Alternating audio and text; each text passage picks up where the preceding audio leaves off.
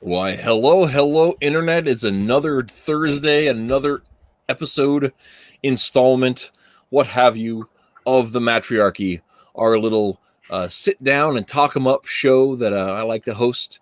Today with me are Tim Morris from Rob Blink Productions Hello. and Durakken. Hello. And we are going to talk about comics and projects and all kinds of stuff.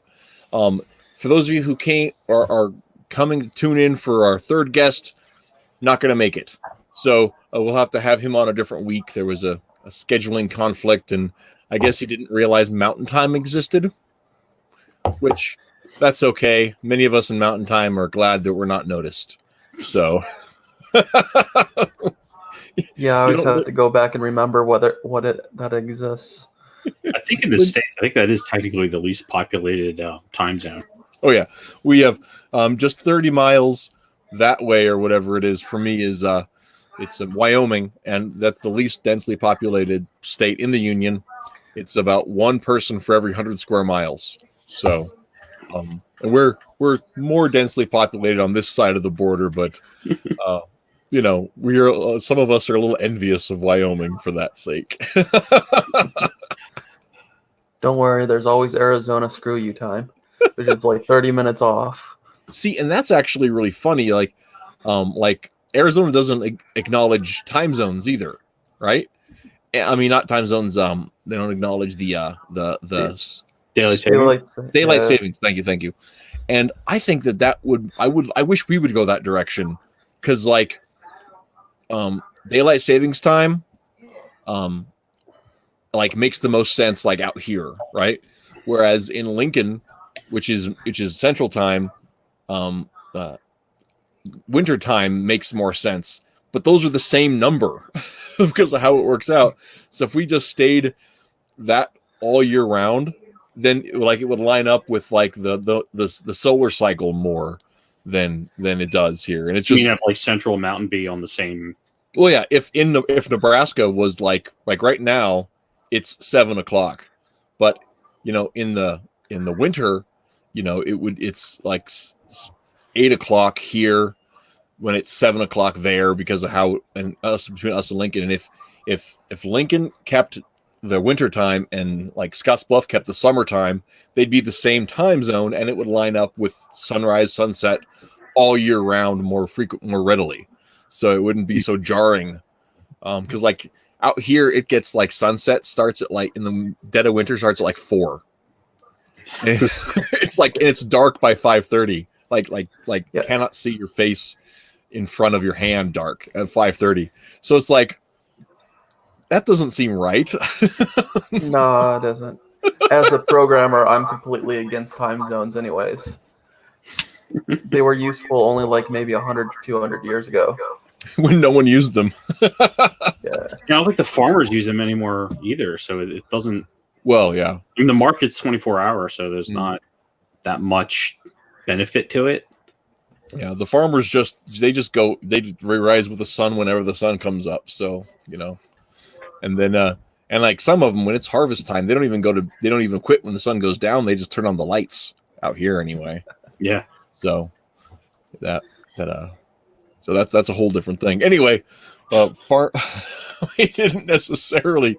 I don't know that we came to talk about farming practices in Nebraska, but how are you guys handling yourselves under the great crisis with which we are bombarded? I'm staying home and sleeping and having a cold, pretty much. That's all I'm doing. A cold, you say, Durakken? Yes, I have a cold, not the coronavirus. That's how it starts. Yeah, I'm just I'm going stir crazy. All my friends are, having to stay home. So I haven't seen anybody for a month, and it's killing me. So, oh man. Yeah, I was actually just talking with a kid earlier today, and talking about he was mentioning that he just is overwhelmed because he doesn't get to see anyone. And at the same time, I kind of didn't realize that was taking a toll on me until a couple of days ago, and I realized, wow, this is actually kind of mentally distressing. I was kind of surprised. The thing to me that seems crazy though is we live in the future, right? We can contact people a lot through these digital means, and it's not exactly the same as sitting down at a bar with somebody, but it's a lot better than staring at the wall and watching paint curl. You know what I mean? Yeah. I'm slow to call trust people. me, I'm introverted, but after a month or two of being not talking to anyone, you'll go a bit crazy, because I've had it happen before. Yeah. Oh yeah. Where I've just sat around and done nothing for like 2 or 3 months. I don't know. I could function doing nothing for 2 or 3 months. I've always got something that's like pushing me to do something or other, even if it's something stupid. I get compelled to find things to occupy myself with. Well, it depends on the level of interaction. Like when this happened, it was only you couldn't do anything other than maybe text people, and I was only maybe doing Final Fantasy 11, and that's not too social of a thing to do. Yeah. You just need something social every so often. Yep. But I think so.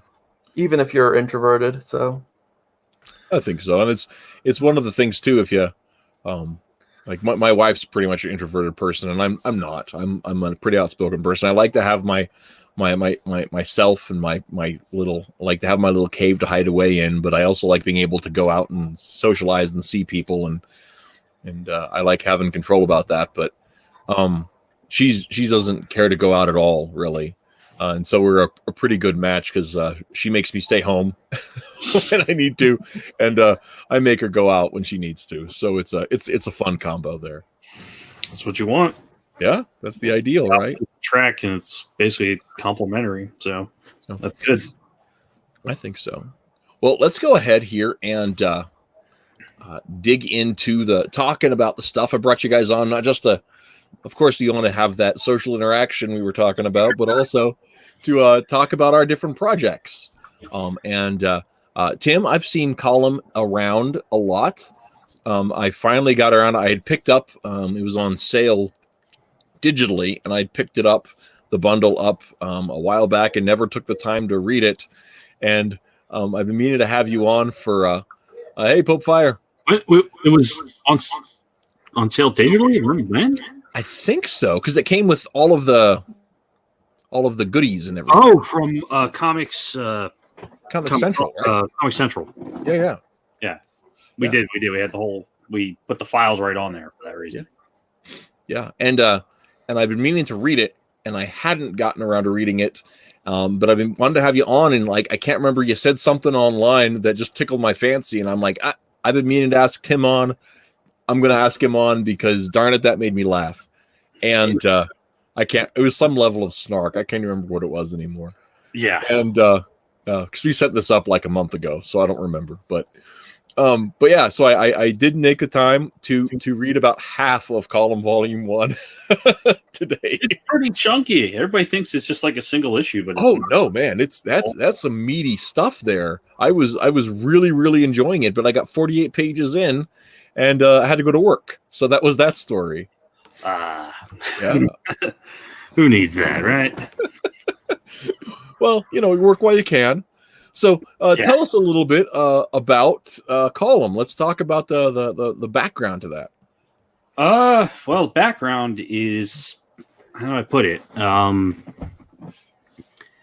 Basically, Mike and I came up kind of with a story idea, kind of the type of story we wanted to tell. Tanks were involved. Girls were involved. It had a little bit of anime style to it. And it's just basically we just threw our heads together and we came up with a concept. And then at first it was kind of set up like a light novel. Mm-hmm. And then I started writing it kind of as an animation. And then kind of quickly I realized that wasn't producible because that's expensive. Right. And then we got our artists because we did want a good cover artist and we wanted like chapter pages and stuff. And we met Ben. And then Ben, after he saw the material, he said, hey, I think this would be a better comic. So we changed the art style up, and then we changed the tone up because it was a little more serious and dark. And then we changed it to be more of a straight action comedy. And then basically just pounding that out, we had the idea to do voice audio logs, and we reached out to some VAs that we had met before at other conventions. This was a couple years ago at this point. and they were actually really receptive to the idea. So we went for it and we did it, and hence the whole package where you got a full color graphic novel, and I guess it's basically like an hour of audio content. So character audio logs and original music. So we're trying to do a multimedia package using kind of all the talents we had at our disposal. Mike's a audio engineer and composer. Okay. And I am, my background, I guess, is primarily screenplay, but I'm essentially the writer, and this is what we came up with. So, yeah. So one of the things that I think is really interesting about the beginning of it, anyway, like I said, I'm not done yet. One of the things I think is really interesting about the beginning of it is that it does have that super deformed, cutesy, chibi look to it, but it also is terrifying. Like you do a good job of portraying the stakes while also being like kind of fun cutesy. Yeah, it was kind of basically, we knew we were going to have a contrast between the subject matter and the art style when Ben kind of came to us with the art style. And we thought, screw it, we'll just go for it. And hopefully that huge contrast adds to, I don't know if the levity or the humor. It's kind of like a dark humor that kind of way, because it's like really cute. And then people are getting domed and you're like, oh, these people are actually in danger. So, yeah, right. No, I think it does work. I think it does work really well. I hope so. Our readers seem to really like it. So yeah, I don't know if you're at all familiar with. You're probably not. There was a webcomic back in the day called Cortland, and the writer Matt Johnson's became a friend of mine. But it's sort of it's Dilbert meets Tron, kind of a cyberpunk fantasy kind of thing. It's got, but it's at the same time is like an office politics like humor deal. It's wild. It's wild, and his art style is that very cartoony, three apples high kind of cartoon style, and I think it actually makes the drama like stronger because like you don't expect it when it happens. Yeah, you're kind of prepared for something. Kind of fun and silly because of the style, and then, like out of the blue in one of the early chapters, the main character finds out his father has cancer and has to try to deal with that, and all of a sudden you're just like, that cancer exists in this world, and supervillains exist in this world, and evil mastermind industrialists exist in this world, and all that kind of stuff. So I think it actually can really. Because it's not what you expect, it can like kind of drive home subtextually some of those issues. And I know some people don't feel that way about the topic, but I sure enjoy it. So in reading column, that's something that I thought would have been really fun. What we went all in on it, as you can tell. So oh yeah. I'm glad people like it, and it's not everybody's thing. So do you have any experience with the actual combat side of stuff? Were you in the military, or knew who people were, or how did you approach that? I did do a couple years of training in college with ROTC, and I really did love that. But basically for medical reasons, I couldn't continue. Okay. And I've always been kind of I don't know what to say. Like, I've always loved military equipment, military strategy, all that stuff has always really fascinated me. So that's kind of what I geek out on. And that just happens to be, they say, write about what you know. And I wasn't going to have to like rediscover too much to then write a story based on it. So like, geopolitics and obviously the warfare part of it. But I still found that like no amount of pre-research is going to get you out of when you start writing it. And inevitably you're going to run into something where you have to research it. Yeah, for sure. Tanks particularly, man. I learned all kinds of things about tanks, and I'm constantly learning different things about the Abrams tank I didn't know. Like, I thought I had a pretty good idea how that machine works, and I was wrong. I was very wrong. Yeah, that was one little line in there that I was curious about. We're talking about the fuel for the tank. And they were mentioning, the different grades of fuel, and it doesn't really matter. And I'm like, is that a case? Do they have an engine? The Abrams tank. One of the most awesome things about it is it uses a jet turbine engine, but it's a multi-fuel jet turbine engine. So you can you could throw just straight kerosene in there and it will work. Really? It will run. Now it'll run at different efficiencies and whatnot, but that was essentially so it could run JP8, which is like the standard jet fuel, which are always kind of changing. The helicopters run on that, the jets run on that, and the tanks run on that. And so a lot of the other vehicles actually run on that too. And then the other common one is diesel. Like most NATO nations use diesel. So they wanted to be able to be like, if we're going to have a jet turbine that gobbles fuel, it also better be able to run on diesel or something in case the jet fuel is not available. So that in the original design. Wow, that's incredible. They were pretty forward thinking in the 70s when they developed that thing. So that's now, was the Abrams the successor to the Sherman? Am I remembering that right, or was there something between? The Abrams. Okay, do you want to go lineage from Sherman? Well, Sherman's a medium infantry tank, and or actually, it's more of kind of a multi-purpose. And the whole concept of the main battle tank, really, probably the first proper main battle tank we ever had was the M47 Patton, which aimed to be kind of during the Korean War. And then it went from that to the M48 to a lot of different types of things. There was heavy tanks in the meantime. The one that was basically the Abrams replaced was the M60 Patton, which can trace its lineage directly back to the M47, although it's pretty different by the time they retired it. And they basically... I forget what generation they call it, but like the Abrams is essentially a next generation multi-purpose main battle tank. So it uses the big gun, 120 millimeter gun, which is large compared to 105, which is what the Pattons had on them. And then it uses low profile, high speed. That's why there's like always different types of armored vehicles, but there used to be like entire classes of tank. There was heavy tank, there was medium tank, there was light tank, there was infantry tanks, and then medium infantry tank, heavy infantry. Like it was a whole cavalry tank that used to be a designation.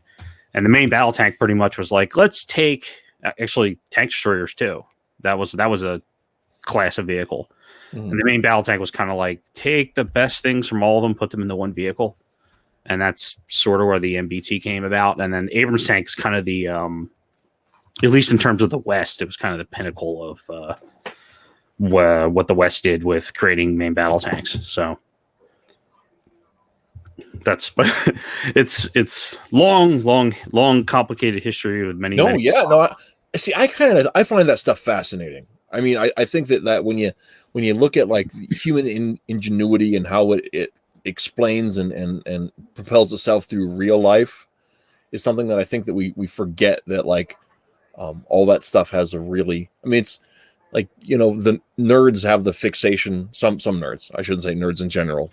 But there's a class of nerd that's like really into Iron Man, loves the way that they've taken and developed Iron Man's armor through different kinds of iterations and ideas and everything. But so much of that really is reflective of how we actually develop machines in the real world.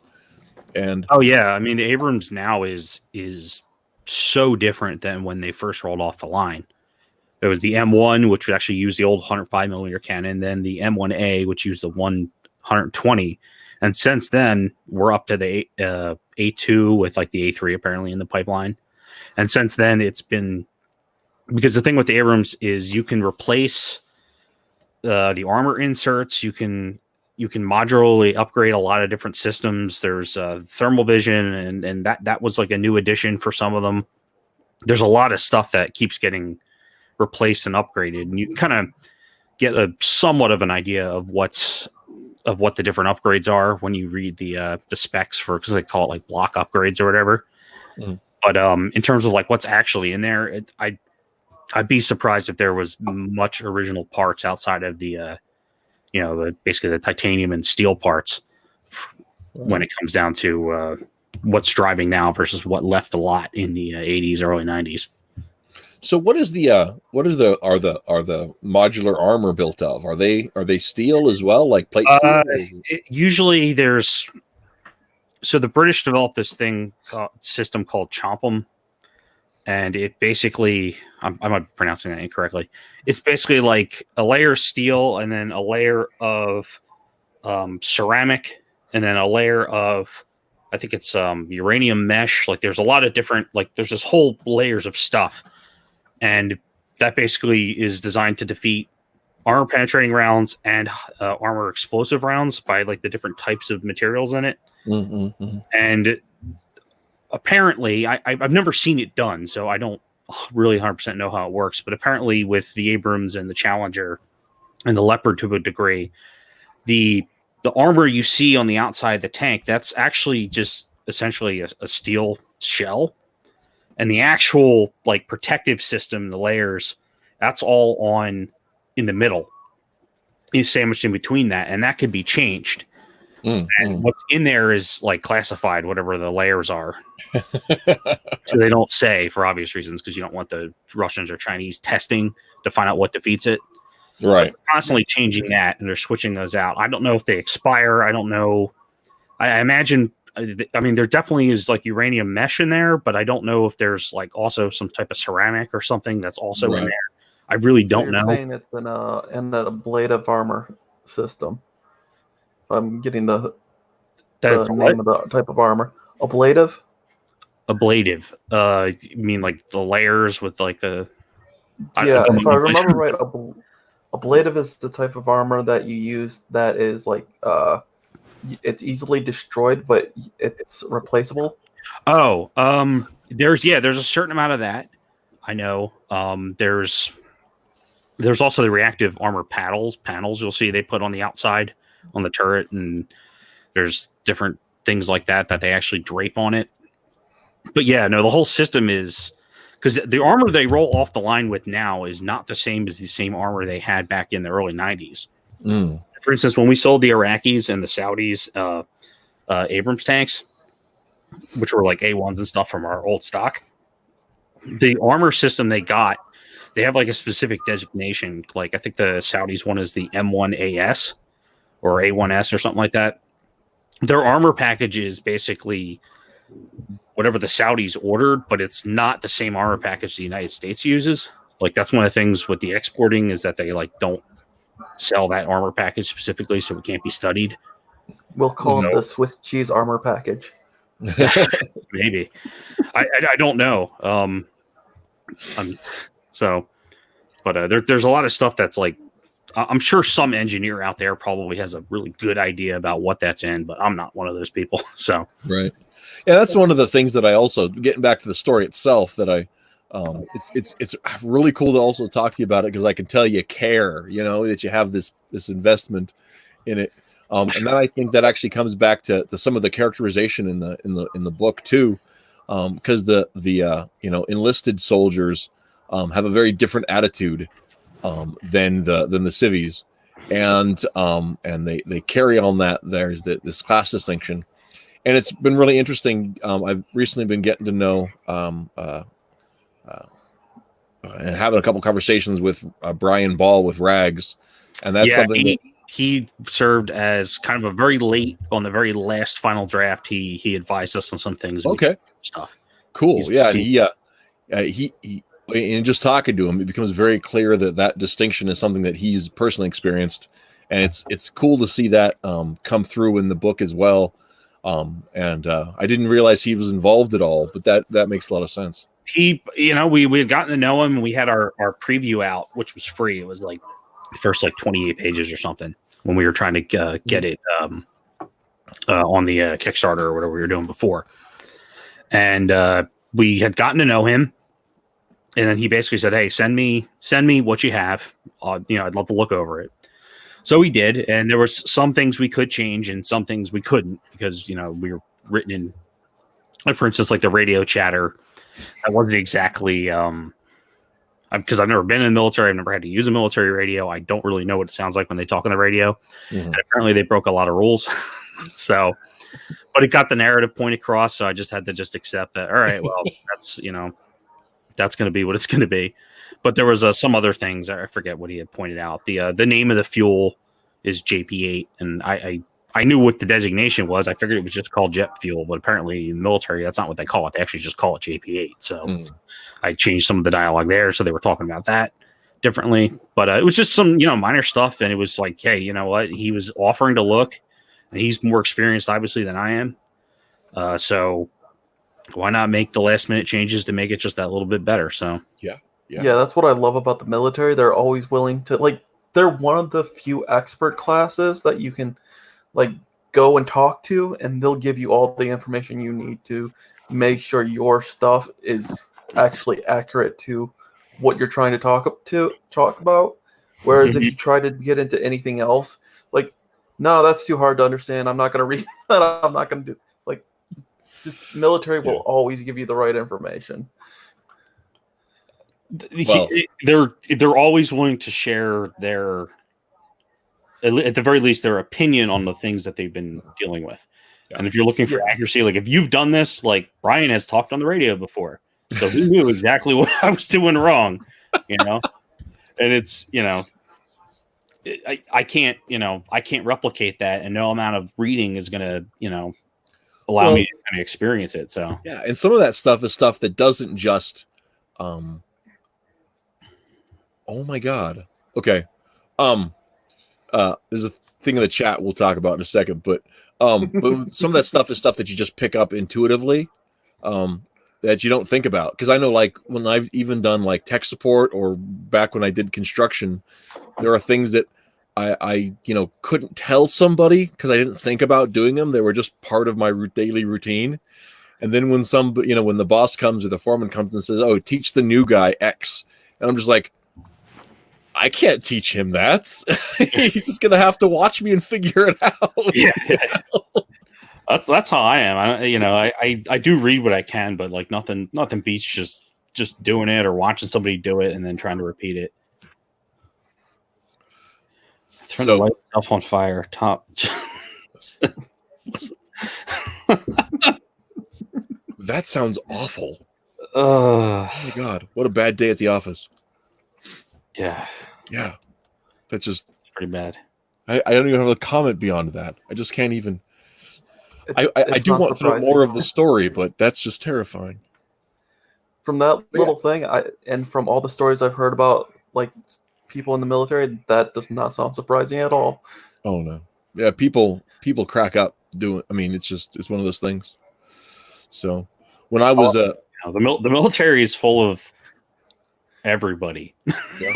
that's something I kind of put them on a pedestal, and that I kind of very quickly, especially after getting closer, realized they're just kind of a cross section of society. They're kind of the same. They've got the same type of people, and they're more grounded than I think some people might think. Yeah, well, I think that's really a factor. I mean, it's military men get painted by the media as just being detached, men and women, as being detached from life back home. But I don't think that's at all true. I think that's one of those things that you live life, and when you have to go through life and death, regardless of where that happens, it's the same. There's a similarity. It's not the same, but there's a similarity. And I think that the military has people who you've been through combat seem to have a different set of coping skills, just like people that are cops in really bad, rough sections, people that are, emergency room doctors, they're, those sort of high stress trains each have their own flavor of coping mechanism for dealing with the absolute extremities of the human condition. So, whereas, I work a desk job with mentally ill kids. It can be a little stressful, but it's never something that makes me go home and cry at night or whatever, It's I think I've got it pretty easy compared to somebody who's been shot at. But I've had friends who were like, "Nah, getting shot at's not that big a deal." Yeah, it was a hugely eye-opening. I was in ROTC, and when I was in college, Iraq, the Iraq War was still going on. Okay. So we had guys who were coming in who had deployed, and they were sergeants, and they came back and they were just a little older than me, which was kind of weird that they had already done a deployment. and they came back and they were now on the GI Bill, basically trained to be officers. And the one guy was just like, I didn't want to be rude and like ask like, oh, what's it like over there? But I was curious, so I would listen. And then the one guy was telling me, I forget how the conversation even started. He was just like, yeah, this guy, like we were at a checkpoint and the guy in the car, he drove up and he wouldn't stop. So we shot at his car to stop him. And then he stopped and then he got out and had an AK and then I shot him in the face. And like, that was his story. It was like, oh, okay. It was just like super casual about it. It was like, yeah, dumbass insurgent, like going on. It was like, that was just his way of, just telling the story about that. And, I was hearing about like how they were clearing houses and stuff. And it wasn't Fallujah. I forget what it was. It was like Mosul or something, like how all the combat training we did as officers to like understand like what the grunts have to do. Because you have to be able to do it yourself and lead, obviously. That was all like from guys who had actually been over there. So that was really interesting. Like just hearing the different, just basically sometimes there's a lot of like preconceptions you kind of learn when you what is that the right word? Preconceptions? I'm not even sure if that's the right word. I guess it's like a bias you go in with from movies and TV and just kind of things you think will be what they are, and then you hear from guys who are actually over there, and it's completely different. It's very rarely do they really do things match up to what you're expecting. Preconceived notions. That's what I'm looking for. Preconceptions. That might still be a word. I don't know. Maybe I'm the writer, but obviously I don't know all the words. It's hard to know all the words. There's only like 4 million, 5 million, something like that. Oh, I can't remember, but I do know at my desk at the office, I've got a copy of Webster's Complete Dictionary from it's the Complete Exhaustive, and it was published in like 1968, and it's about this thick. Oh God! And it's single. It's actually bound, but it's bound with screws, so that you could put additions in it if you wanted to, and have a more complete dictionary as more words were added. So, that's I should say it's bound with bolts, not with screws, but they'll so you can unbolt it and add another addition and bolt it back together again. Yeah, there's not a complete list of English words because people debate over how many words there actually are in English, and which words are like actual allowable words that are official, like ain't and stuff like that. Yeah, and it wasn't Webster getting in trouble for, I forget, it wasn't selfie, but it was like the same year they added something that was sippy cup. Maybe that was it. I forget. It was like the difference between like words that come and go and words that are like actual permanent. Yeah, there were the year they did selfie. There was three words that were added, and the two I remember were selfie and sippy cup. And I for a long time I had a thing on Facebook at the time, and I made a big post about how selfie is not a word. There's no etymology for selfie. It doesn't make any sense. It's just a thing people say. It's a slang term. It's not a real word. And one of my other writer friends challenged me on it, and he's like, "Come on, man, think about this. I'm sure if you try, you can come up with an etymology for it." And I was like, "No, that's stupid. Yeah. Okay, let's try. A selfie, that is a diminutive of self. So that means it's the smaller, familiar self. Oh my God, it makes perfect sense." No, but I gotta say you're wrong. It doesn't matter if there's an etymology at all. So yeah. There's an argument for that. I don't agree with that argument, but there's an argument for that. Well, think about this. If you go back in time and you go to the first language, you go, well, there's no etymology for those words. Well, then there's no etymology for any other future words. Yeah, except we can't know the original language, so I have to say that's a conjecture that could be true, but I can't think you can't make an argument from absence of information. I wonder if I wonder, like, did the human species develop language before they fully had the ability to articulate the way we're able to articulate? Yeah, like, did language exist before we could essentially speak in fully? Because we're able to make like a lot of sounds in terms of linguists would tell you no. I would say yes, because linguists actually define language different, and they would just say it's animal sounds.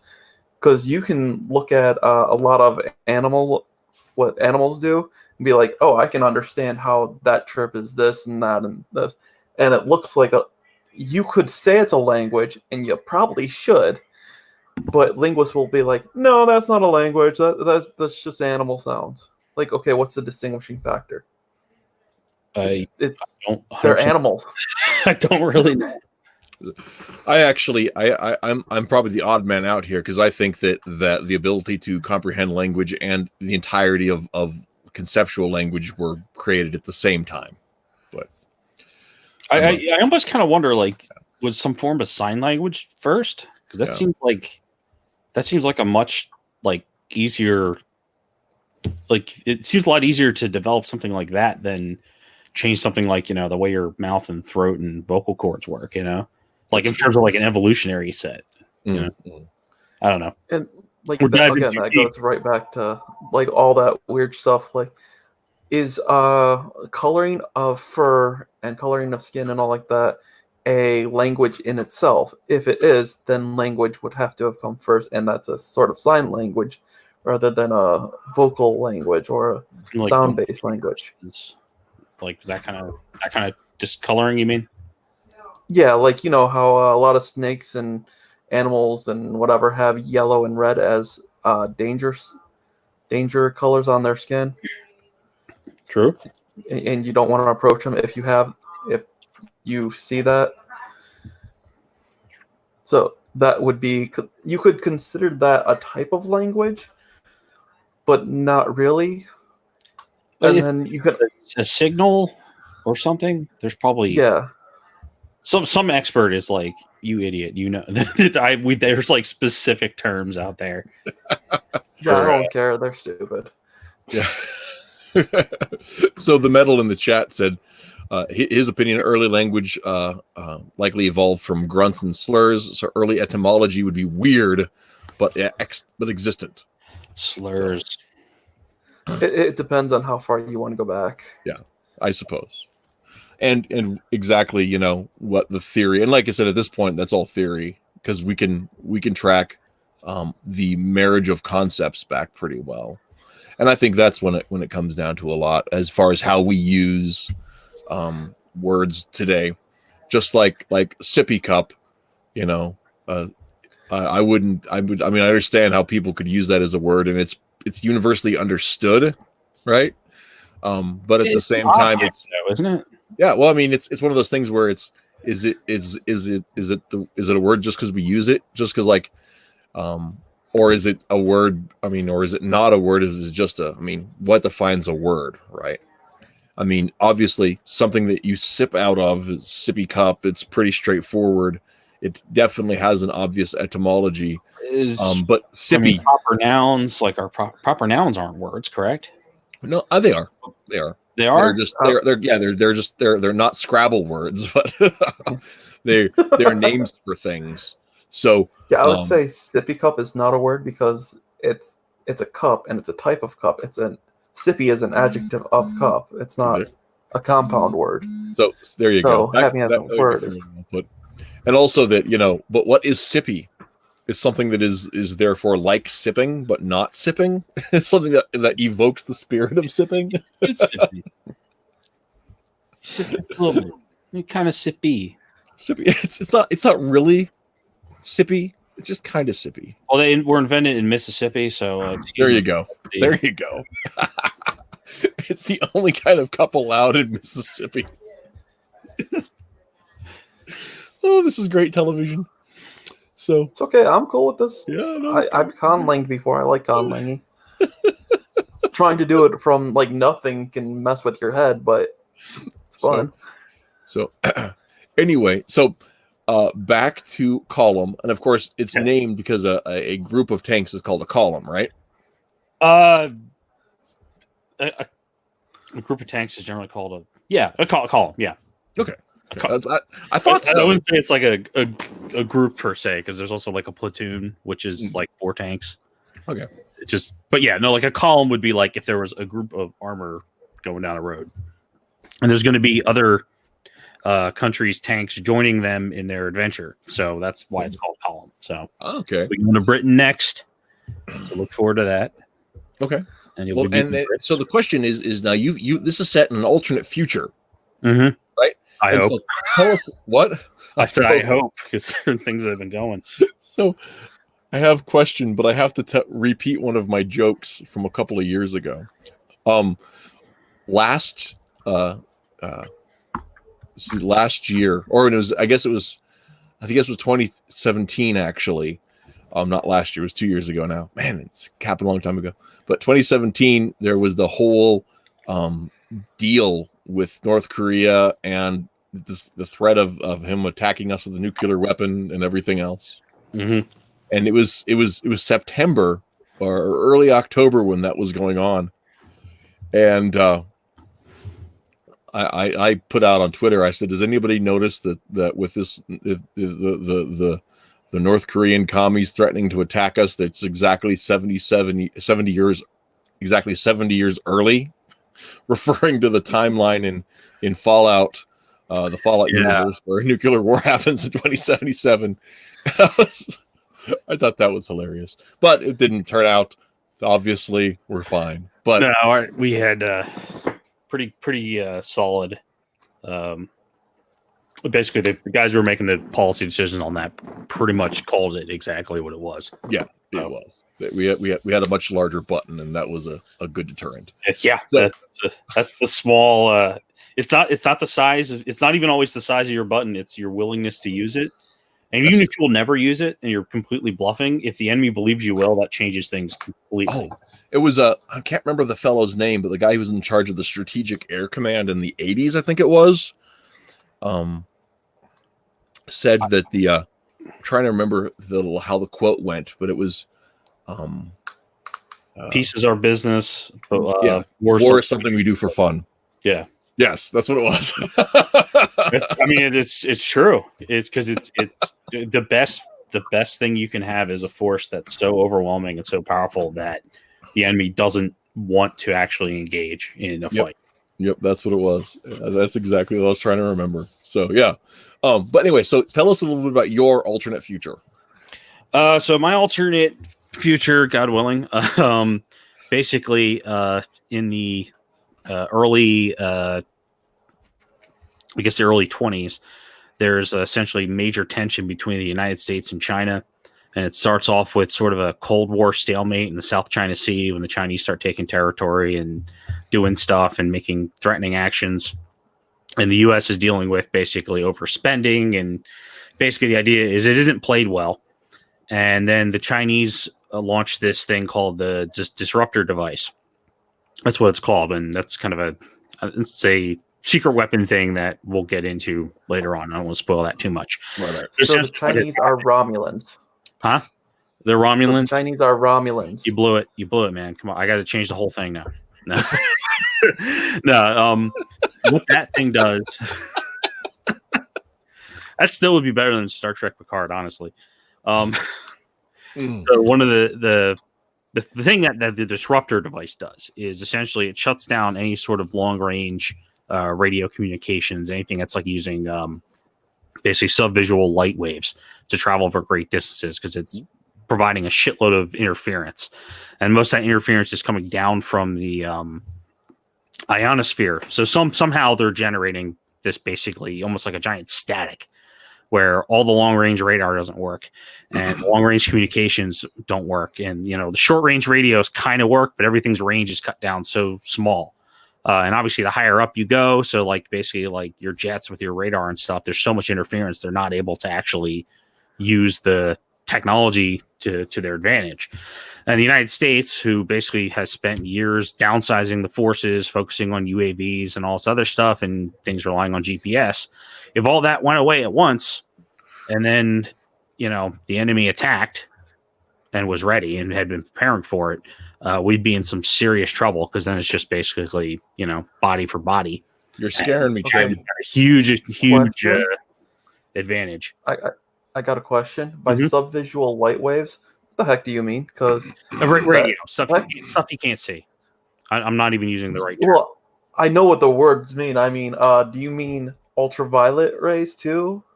No, I don't mean ultraviolet. I mean stuff that's like low frequency. So okay, like heat rays. Heat, basically.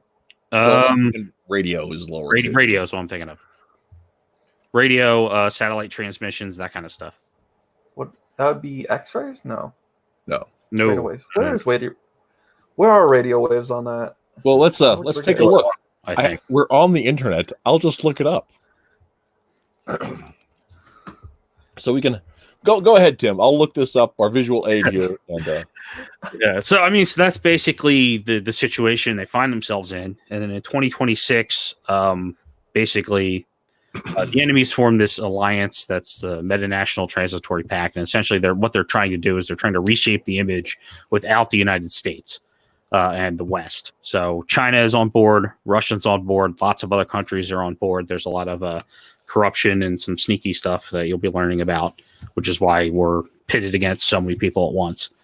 And in 2026, they essentially make landfall in North America. And we don't have a way to really stop them because, all the UAVs, all the systems are down, and it's just manpower. And it's going really bad. And they're pretty much pushing their way across the north, trying to basically divide the United States off from Canada. And we pick up with the story where essentially they've made it all the way to central PA. And the fight is starting to finally turn around. But some shady stuff going on, and that's where we find our two of our main protagonists who are guarding an airport. And basically the PLA shows up, and that's what's happening. And that's where the story starts. Okay.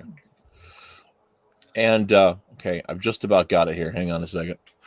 John Swayze did a voiceover thing for us. That's on our website. If you click, go to rollbank.com/column. And he has like a whole voiceover explaining the whole backstory, and he does it so much better than than I do when I try to recall it. Well, if I'd listened to all the voice clips, I could have just played it, but I didn't. So there you have it.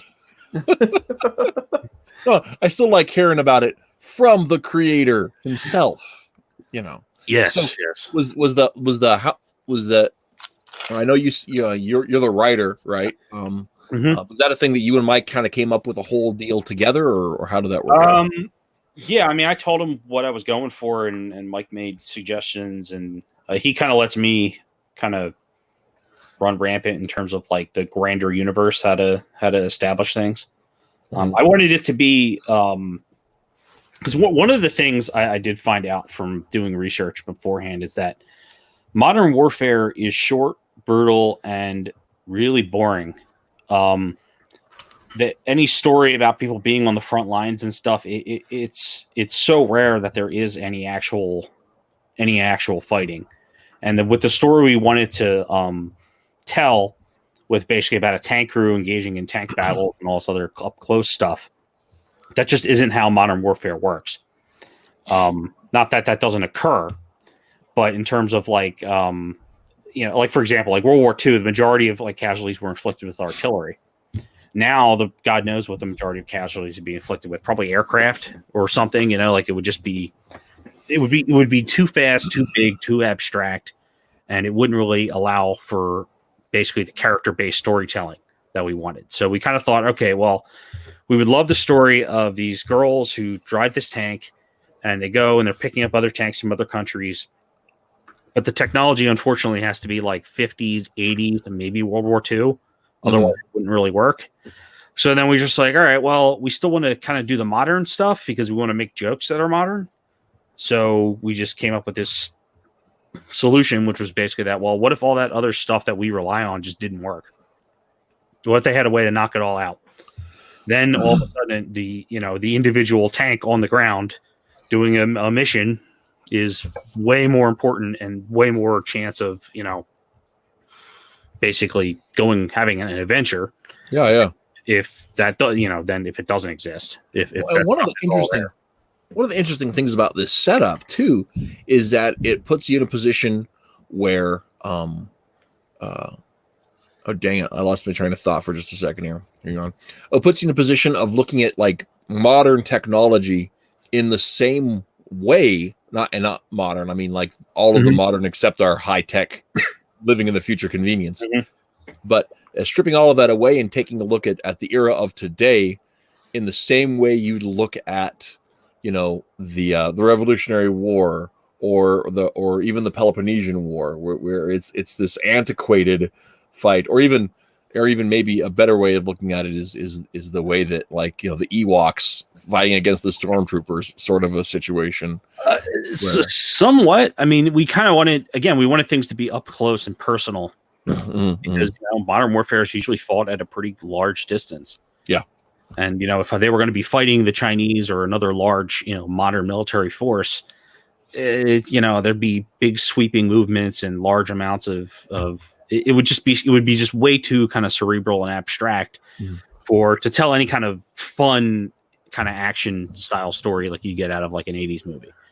So that was why we went that route. So, because, like for instance, like they do more combat in that first book than probably any tank has had probably since the Persian Gulf War, and that was maybe you could probably find a story where like all that stuff happens, where they're like dealing with a bunch of things because, like, some like Iraqi armor columns showed up on like a small group.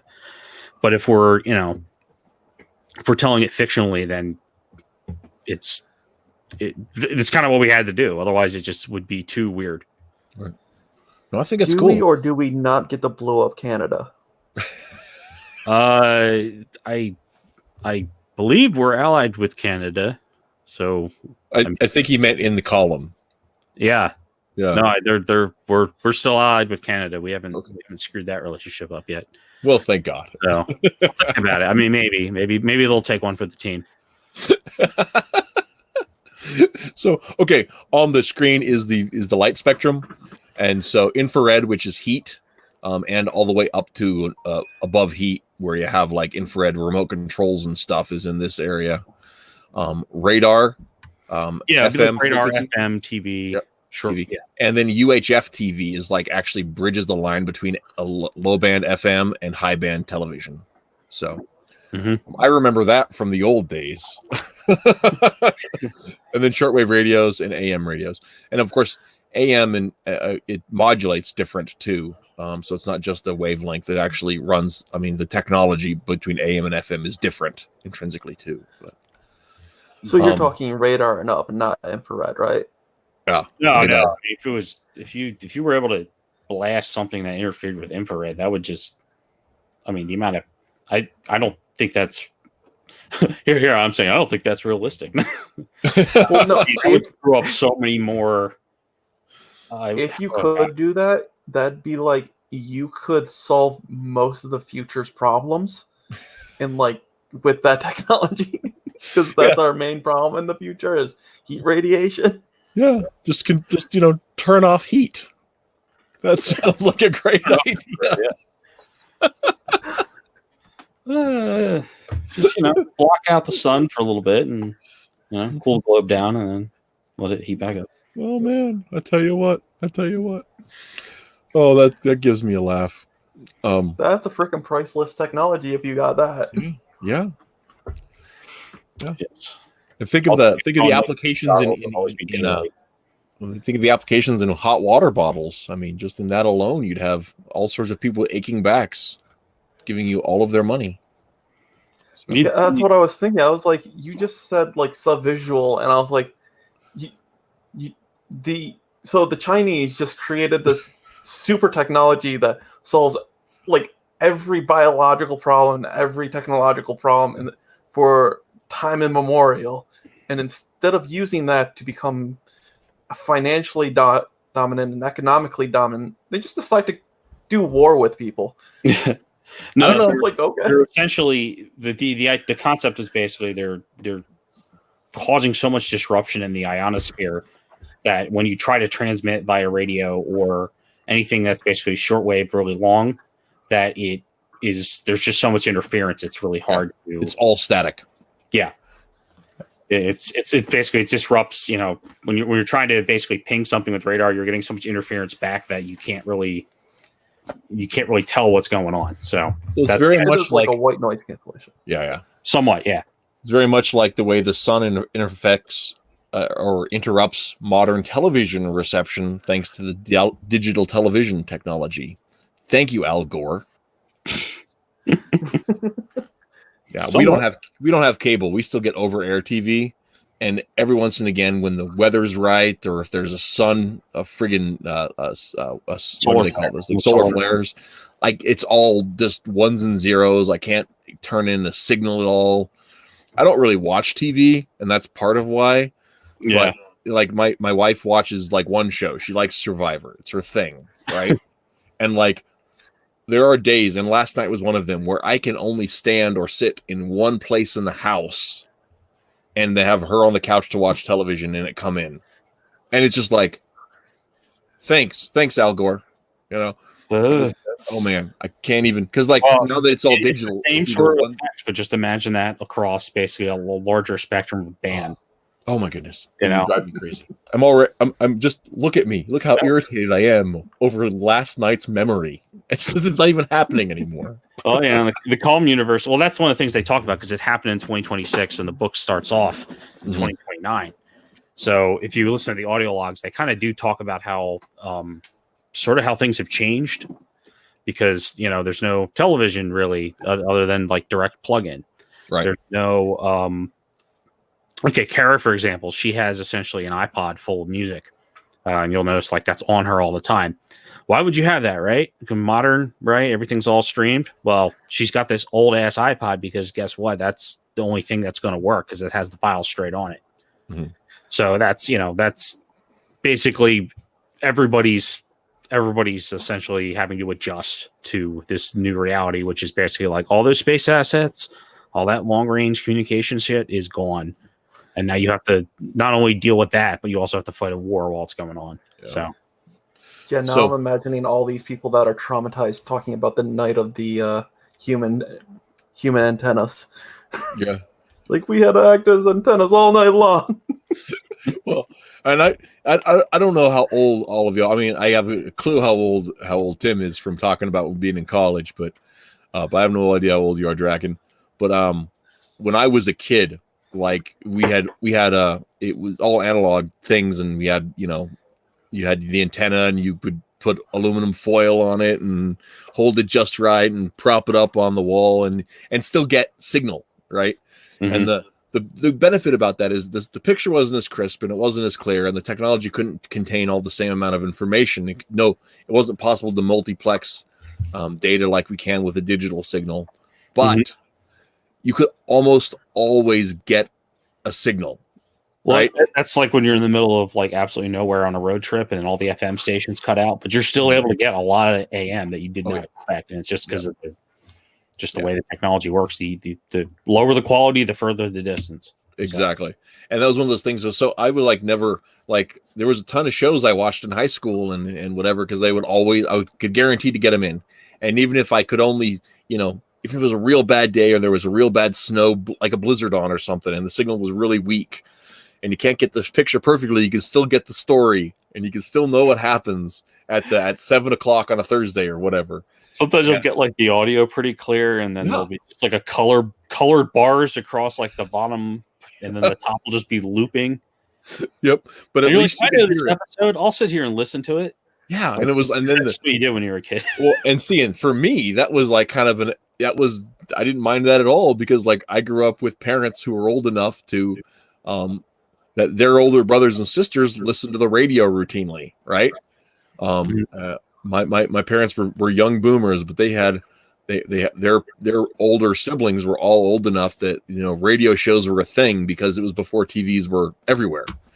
TV technology existed longer than television programming, right? but it was, I mean, like, my mom remembers the first time they got a television, and she remembers the first time they got a color television, and those were separated by several years, like a decade. And so, like, I grew up hearing about, radio shows and going to the library and getting the cassettes of the old The Shadow and the Green Hornet and the Whistler and Abbott and Costello and all those things. So when my television got all weird, we just would, just listen to it, because that was, not that far removed from our personal experience. And now if the weather's bad, there's just nothing on. You just can't see anything. It's all just black squares and silence. I'm just like, it was better when it was worse. Yeah, and you think you're safe with a hard line, but no, that always hits something and it knocks the signal out anyways. Yeah. Well, because that still eventually comes through satellites, or now a lot of times it's over the internet, but that still can have the same kind of problems with it. So it's one of those that just, well, I mean, the column audio logs kind of came from that, because it was like, well, what would these people do? And obviously we couldn't do like video logs, because that involves like either animation or live action craziness. So we were like, well, we're probably expecting everybody's going to have some way to record their voice and journal essentially on them in the future, because we all have that now, and that ability wouldn't go away just because transmitting stuff doesn't go, has gone away. So exactly, that was part of kind of what inspired the way we framed it. So yeah, I'm gonna have to listen into it, because I also was afraid of getting some of the story spoiled, so I wanted to get the characters first. Separate and auxiliary. Okay. Like you can go listen to it first and then say, I really like this, and then go to the book, or you can listen to the book and then be like, I like this character, let me listen to this first. Excellent. Very cool. They don't. And are all of the audio logs available on your YouTube channel? Yes, they're all the audio logs, all the music. You'll see it's like a playlist called Column Volume 1, and that's the stuff that goes with the book. And then there's all the character introductions, which are like separate ones, are like really short, that we use for like promo stuff. So that's like if you don't want to dive in and like listen to the really long stuff, go to the character introductions, because they're like a minute and a half at most. So for those of you guys watching, the link to their channel is actually in the description. I made sure to do that. So when you're done with Hiss, don't leave yet. But you can go ahead and click on over and check out the thing there. So if you like acting, shoot the VAs a line too. Most of them are on Twitter. Yeah. So now you guys, this is the volume 1, which I've read half of. But volume 1, what are your plans for a volume 2? Well, volume 2 is written, and it's a matter of funding so we could pay our artists so that we can get volume 2 out. We thought we were going to do a Indiegogo or launch something soon. We're trying to also get rid of the stocks of volume 1 we have, so that's why we just opened up an online store. But this virus thing has thrown a wrench in everyone's plans, because I know Rodrigo, he's the one who does Red Ninja Momiji. He had a Kickstarter or Indiegogo rolling, and I supported it. And then basically there was a huge crash because of the virus, and all of a sudden the currencies got all screwed up. So he had to basically cancel his entire project just because the peso and the dollar were doing weird stuff. Wow, that's unfortunate. Yeah, that's the kind of stuff where, like, it's probably not a good idea to jump in and try to, like, especially when everybody's hurting. Hey, maybe when those $1,200 checks arrive, so send some of that our way, huh? Oh man, do not get me started talking about that. I don't want to think about that today. Yeah, but we're not sure what to do, and probably, like, this is something, that's kind of a splurge. It's a luxury item in entertainment in that sense. Also, we do have existing stock, and I know Diamond is giving comic shops a really hard time right now. They can order directly from us. We'll send you guys stock for basically low regular price, and we'll just ship it to you, no minimum order. So we're trying to see if we can adjust to what the market's doing all of a sudden. But we'll see what happens. And are you guys looking at any kind of have you guys pitched it to any companies to try to pick it up, or we got a couple different places looking right now? This basically we were in talks with one basically we were in talks with some people involved, our artists and stuff, and basically the virus pretty much has put everything on hold. Makes sense. So yeah, it was like we were waiting and waiting, and like it was getting delayed, essentially, the decision, and then now this has happened, and it's like, oh well, we're just gonna have to hold tight and hope for the best. Makes sense. It's kind of a bummer though, because if you have somebody who's interested, and it's just like it seems like for me, I'd rather just a yes or a no than just keep it hanging on. Oh yeah, no, I'm the same way. Oh, I'll stressed out about it, but yeah, it's that's business, I guess. You just don't. Things don't happen at the time you want them to happen. That's just, you just have to accept that. So when you I do have when coming up with the different characters, were there people that you based them on, or were there just movements you wanted to have in the story? Some of the dynamics were based off of other characters we really liked. Jack and Hatch, at first they were actually one person, and then we changed it to split them up into two people. And a lot of that was inspired by the fact that Mike and I absolutely love Psych, and we had recently binged it. And it was like, all right, you know what? We really love that kind of back and forth dynamic, and that really heavily influenced basically Jack and Hatch's relationship with Sean and Gus's relationship from Psych. So that what I would say, like, if you're in terms of like who's it based off of, I would say they probably have it's kind of the closest thing to like a brother character that we would have. The girls, they're all kind of a mix of different characters that we've seen in TV shows, and obviously, from real life experience as well, but like a mix of traits we liked, and we didn't want them to be one note. And that was also part of the voice casting, was basically, if you hear the people we cast actually ended up casting, most of them in terms of like lists of character influences, it's a lot of the same kind of characters that they typically played, particularly anime, particularly in their early careers. So I would say, like, for instance, like Lexi, she's kind of, I would say she takes heavy influence from Musubi, from an anime called Sekirei, which we came across, and we were really surprised that we actually really liked it. And Alexis Tipton plays the character Musubi, who's this like super optimistic, strong, but she's like really like airheaded, like really dumb. And that character is like legitimately pretty stupid. But it was really charming, and Alexis' performance was amazing. And we're like, we kind of want to take some of that. And then we took some other characters that were kind of like Patty from Soul Eater was the one who had like a big influence on the way we kind of wrote Lexi in terms of the kind of zaniness and the energy. And then Millie, we took heavy influence from Rico from Gunslinger Girl, because we just kind of loved the there was this kind of solemn underlyingness like with her, like, and that character kind of makes you want to cry. And like Millie, it's like, no, it's not that ridiculous, but like there's this kind of underlying numbness to what was clearly some sort of trauma, and like Millie kind of carries that same a very similar burden to what Rico carries. And we thought that was like a big inspiration for how we wanted to basically that character to come off. I'm trying to remember who else. Definitely Lieutenant Hunter came off. There's a lot of characters who are like hardline characters that are either voiced by like usually it's like it used to be like a Colleen Clinkenbeard or a Stephanie Young would kind of voice these kind of authoritative, kind of strong, motherly, but like in charge kind of people. And we had taken we kind of just like that archetype a lot, and we thought that would be a really good fit for the rest of this crew, which is obviously like they're, I don't want to say unstable, but they definitely need cohesion. They need somebody to kind of bring them together, otherwise they might not function right. Kara, her inspiration was, I'm trying to think, like, what character would she be similar to?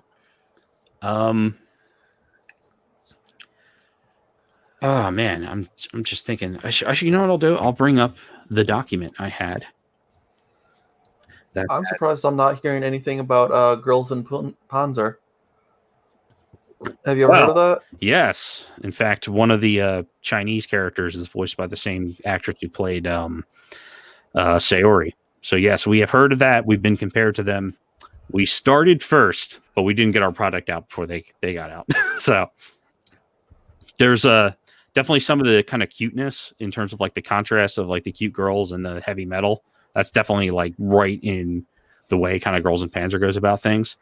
But people die, so it's not that similar. It's cute, but people die. Well, that's kind of like life. Yeah. Well, we wanted there to be, actual stakes, so Right. Right. Well, some people are not going to make it. Let's see. What did I write for Kara? I wrote down Ayano from Kaze no Stigma, Manami from Cat Planet Cuties, Haruna from Is This a Zombie, Kaname from Full Metal Panic. Yeah, Full Metal Panic probably had the largest overall influence on the project in terms of like the way the characters are all knit into each other.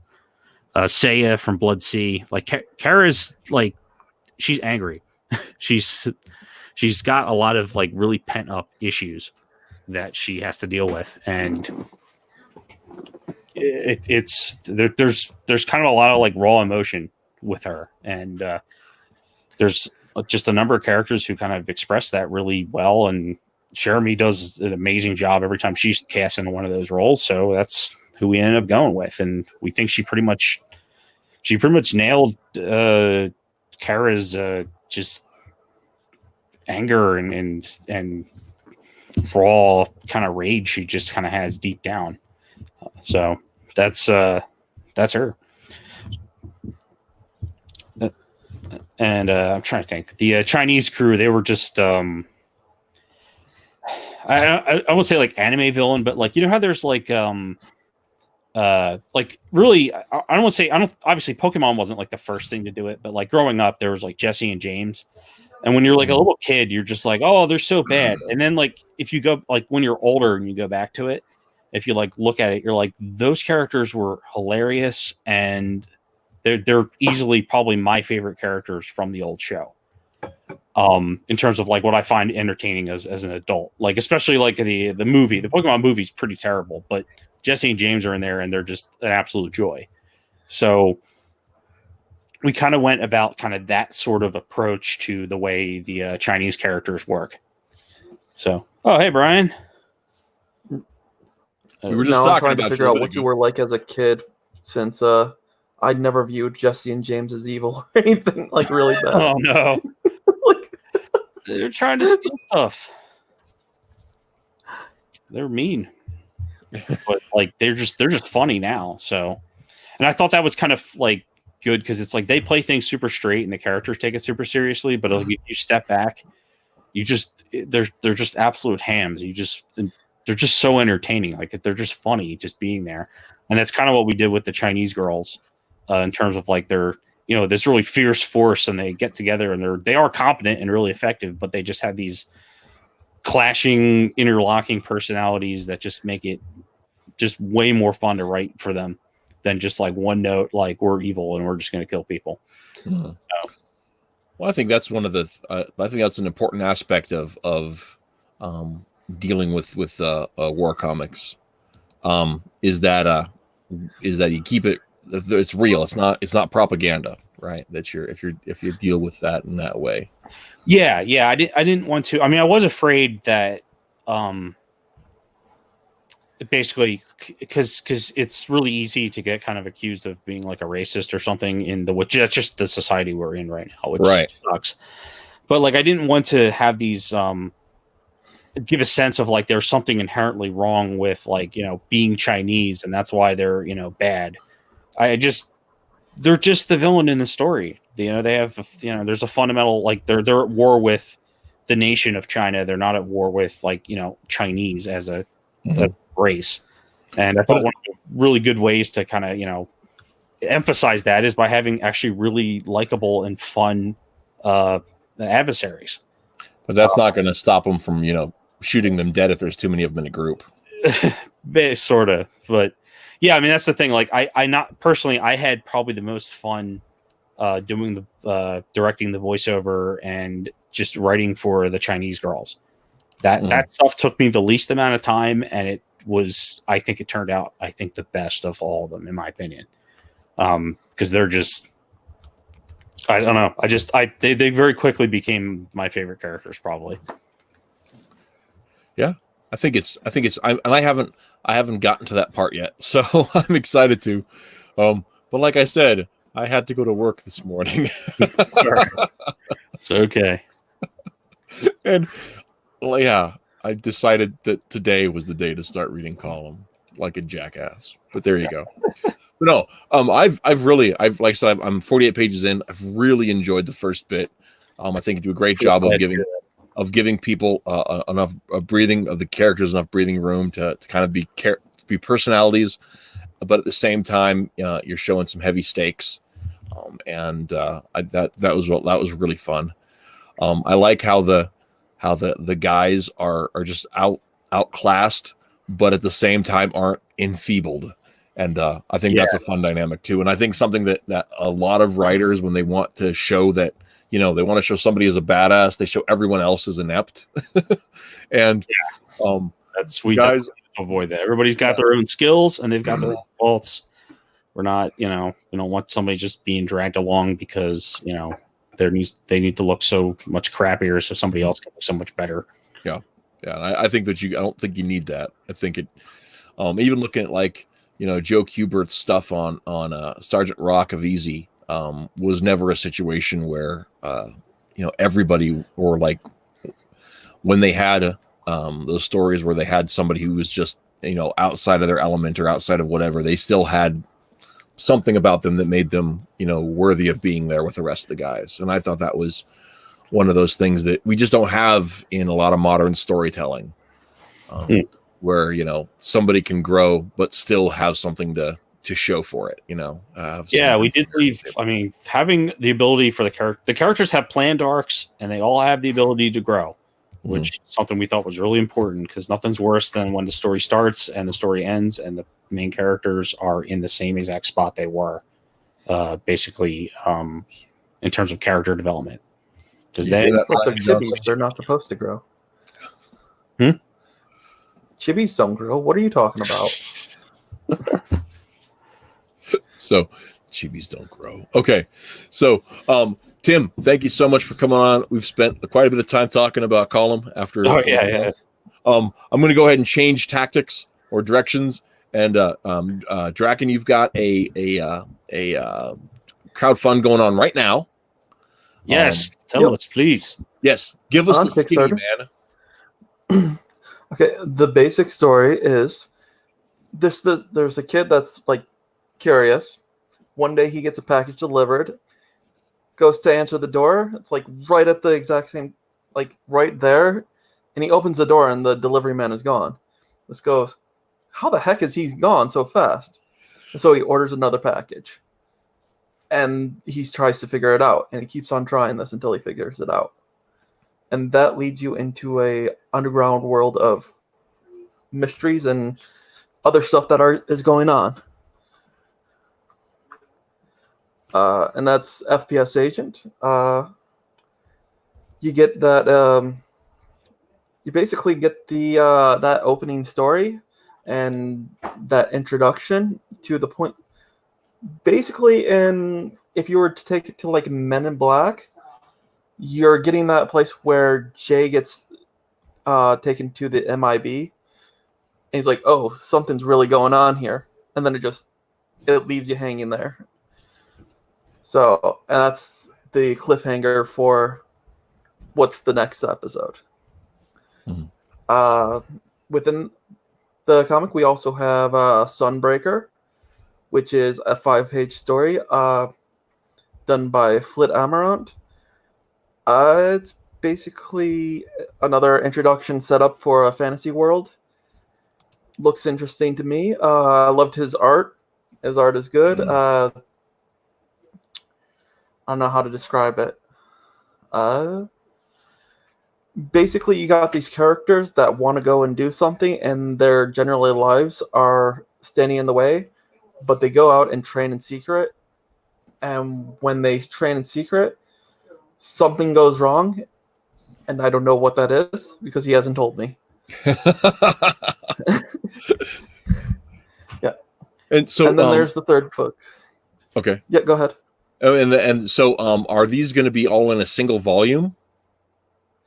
When we're done, we're gonna put them all together. It's 20 pages per issue, at least for FPS Agent. I'm planning for at least six issues in a volume.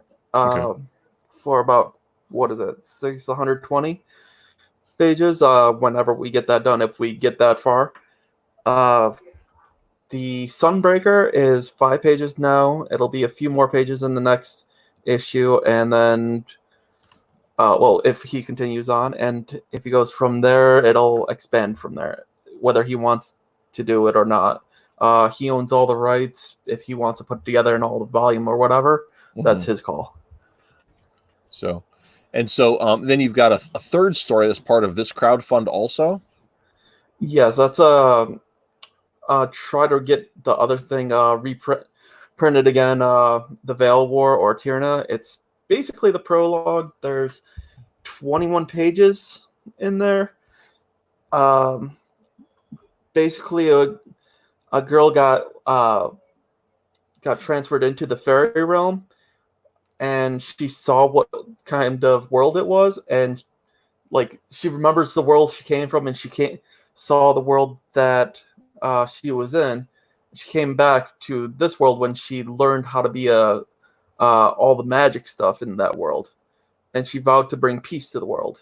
And then you see the consequences of what she's trying to do. Okay. And that'll be at least 3 issues, well, 2.5. Then we'll just see how that goes. Okay. Well, let me go ahead, and I've got your Indiegogo page queued up, and I just have to change my share screen. Kickstarter. Gotta say Kickstarter. I said the wrong thing. Yeah, I went to the right page. I swear it. I just called it the wrong thing.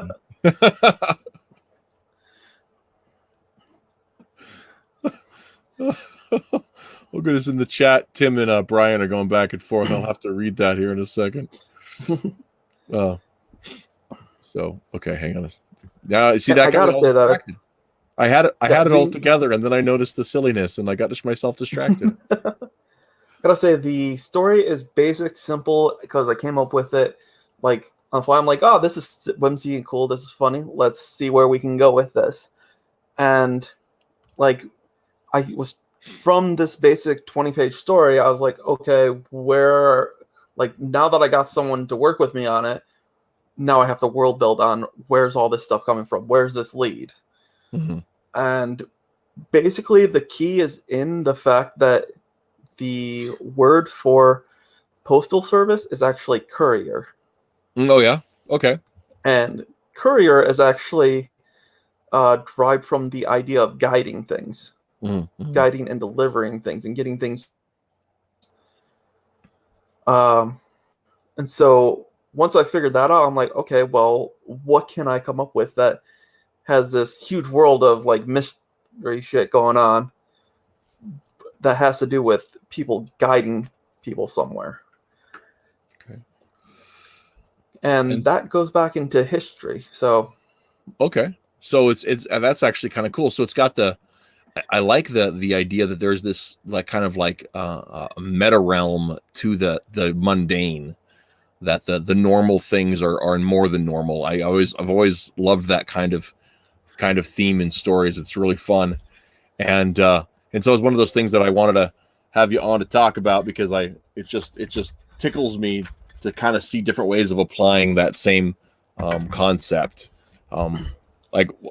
Another example of, it's not like yours per se, but the movie Grosse Point Blank, the where it's the guy who's an assassin goes to his high school reunion and deals with all of his mundane stuff and the girl he left behind and all that kind of stuff, when he's been killing people for a living for 20 years. And Yeah, and he's only doing it because he has an assassination target there. Yeah, exactly. Or he was told he did. Right. And so that's just sort of a funny thing. So I really wanted to have you on to talk about that because I think it's a fun play in on that. And so your original initial buy-in is you've got digital for 10 and the hard copy for 20. Is that for all 3 projects in there? Is the for the 20? Yeah, or is it's all just gonna be. It's all gonna be in one book. in one book? Okay. So hey, is that a Niobe poster on the wall? Nope, not at all. Not at all. Okay. Yeah, it is. The Necronomicon's on the shelf. Look at that. Anyway, Yeah, I wasn't expecting it. I was like, Leo asked me like, "Well, what is he into?" I gave him a list of certain things, like he's into mysteries, he's into this, and he's into detective stuff. right. I was like, "Oh, put that type of stuff in there," and like he brings up, he did the drawing and the art and everything, and he sent it to me. And at first, I didn't look at it, and then I got a hint of like what's on one of the books, and I'm like, "Wait a second, what's listed all over there?" So that's fun. That's fun. And of course, the signed hard copy and the prints. And I'm not going to go through all the levels on that, but I think it's neat that we're having the 3 projects. Are we planning? Are you planning on binding them in a single volume for this? So you get issue 1, issue 1, issue 1 in a single book, or are they going to be separate floppies, or what's your scheme? In here with this project, all of them are going to be in one book. Okay. So you'll get like a 48-page book with 20 pages that are going to be FPS Agent, 5 pages that are going to be Sunbreaker, 21 pages that are the Veil War, and then there's 2 pages left over. I'm not 100% certain what those last 2 pages are. I'm thinking it'll be the Weldon print. Okay. Which will have Sieg, which is the main character, the kid that you're seeing there. Okay. It'll have Tula, which is the main character from Sunbreaker, or the secondary main. I don't. There's a name for it. Co-main character. Right. That's the girl. Remember. Yeah.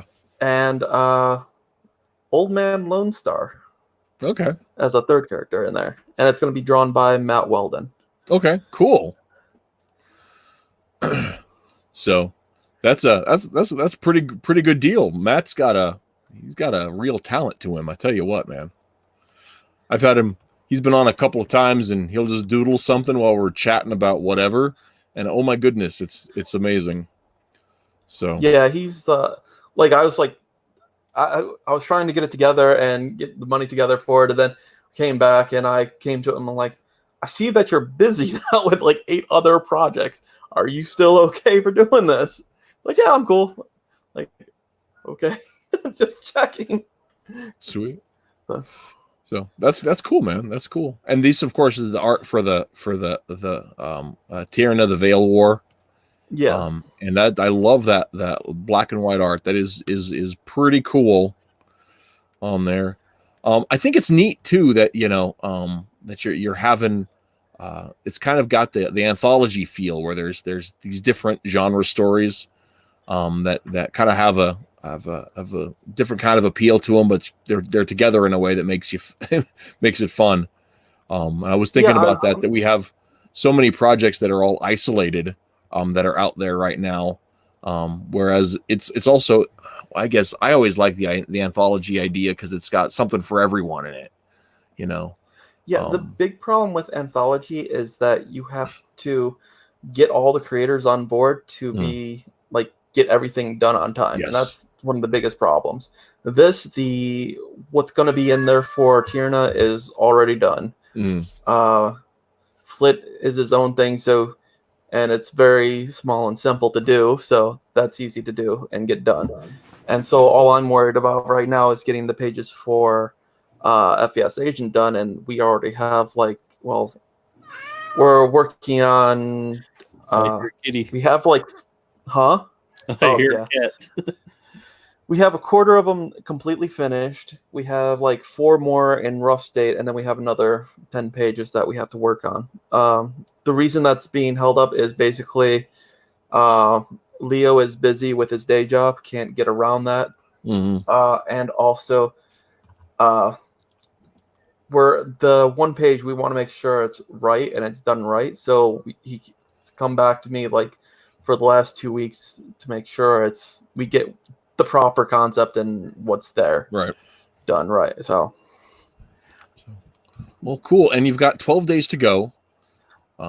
It's they already updated. Yeah. I was going to say that it says 6 days, but I asked for an extension. So okay. So they already applied the extension. Cool. There is it is a bit of a hurdle, but it's not insurmountable. So I really hope that does go through there. And because I think it's got some fun content in there. Honestly, I think people it's got some neat ideas. Yeah, and I when putting this together, I was like, okay, well, the anthology has to be put together and it has to be on the same thing. Like it has to fit together, so it's all like 4 boys or 4 girls, and has to be okay for the same age bracket and all like that. And so when I was looking for this third like project for the like 5 pages to fill, I'm like, all it has to be is for young boys. If you can meet that young boy demographic with whatever the story is, I'm cool with it. So you can do whatever from there. And I finally found someone that was able to produce something that's quality, willing to work and do the work within like what I could offer, and produce something that is right for the young boy genre. Yeah, so, that's awesome.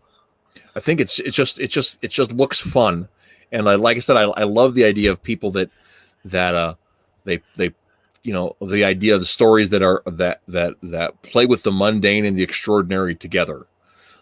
Like another example is whenever Chuck Dixon, back when he was writing Robin, would do stories with Robin dealing with school and his friends at school, and where he knows that like after school he's going to put on tights and go chase the Clue Master, but his science homework is still due, so he's got to make sure he does that. So I just love that kind of stuff. I think it grounds the fantastic, and I think it also reflects on Spider-Man too.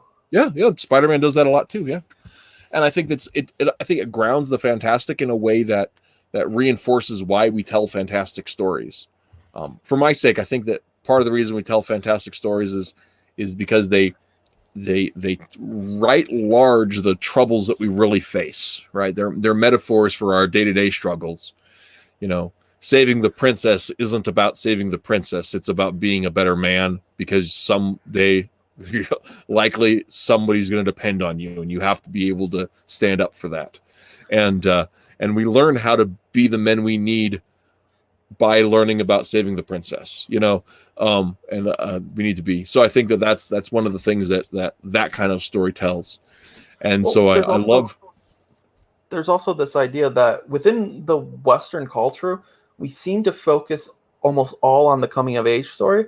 And we got that with Sieg in there, he's the young kid and he has to learn how to grow up pretty much. But you almost never get the opposite of that. And that's one of the things that I want to have to happen, which is the man becoming the mentor. And that's another journey that we just completely ignore in the West. Yeah, I think so. That's going to be told. That's told in the other one of the main characters in there, Marcus. The black male character that you see in there, but there's also another character later on you'll see in there. But it's important that you get that. Okay, now you have the power and you're in the position of leading, but now you have to learn how to teach people and get them to grow up into the man that you are now, and that puts you into another area. And like I said, I think that we're missing that area in our storytelling. Yeah, I think you're right. I think you're right onto something there. And the palette is really fun too, as far as the color goes. And I think it's neat. So, so those of you guys who are watching, get a check out to it. The link is in the description. I know Durakken is. We've talked here and there for about a year and a half, and I know his concept of story is something that I think people should be paying attention to. So, and so I'm check it out. And we got 12 days. Hopefully, you get over that hump there, and I'm excited. I'm excited to see what you do with that long term too. Yep, we have like 12 days left, and we're about, well, I don't know what the percentage was now, but it's 30%, I'd guess. Yeah. So, That's about right. as we're not asking for a lot, only like $1,200, and that's basically just to get it printed and to the people that have ordered it. Mm-hmm. Yep. So, but yeah. Well, thank you for coming on talking about that. I don't have. I have run out of topics. so well, there's some other stuff we can talk about. Hitting back on that other thing, we're talking about how it's you don't remember how to teach things. You have to like learn about it as you go. Remember that from earlier? Yeah. Well, if you go to some of those pages, it has a Western and Eastern style mix to it. Mm-hmm. And part of the thing that I didn't even think about when I was writing, it's like, okay, he's just gonna drop the package there and leave, and so you wouldn't think this is an issue, but he drew it and it was on the grass. I'm like, what are you doing? It's like, and he comes back to me. It's like, I don't even understand what you're talking about. Like, don't you have delivery people in Japan? Like, yeah, okay. But they would never do that. I'm like, oh. And then I was like, oh yeah, they also don't have front porches really either. So I was like, we had to go back and forth with that. And then on another page, there was like a weird problem. I was like, you do know we have like driveways. So if you look in the picture, there was no driveways at all shown anywhere. Huh. And then the picture that you're on right now. Yeah, look at that. We were driveway right here. Yeah, I was like, we can just figure this out by pushing things back and just going, there's a driveway there. And it's all the problem, right? Yeah. Instant property expansion. Yeah, it's not something that you think about because if you are in America, everywhere has a driveway. Yeah. But then I thought to anime, and like what I've seen of Japan is like nowhere has a driveway. Yeah. Because they don't have any extra land. Yeah. And it's just something I didn't even consider when I was writing it. Of course, I wasn't expecting to write with someone that was from Japan, so...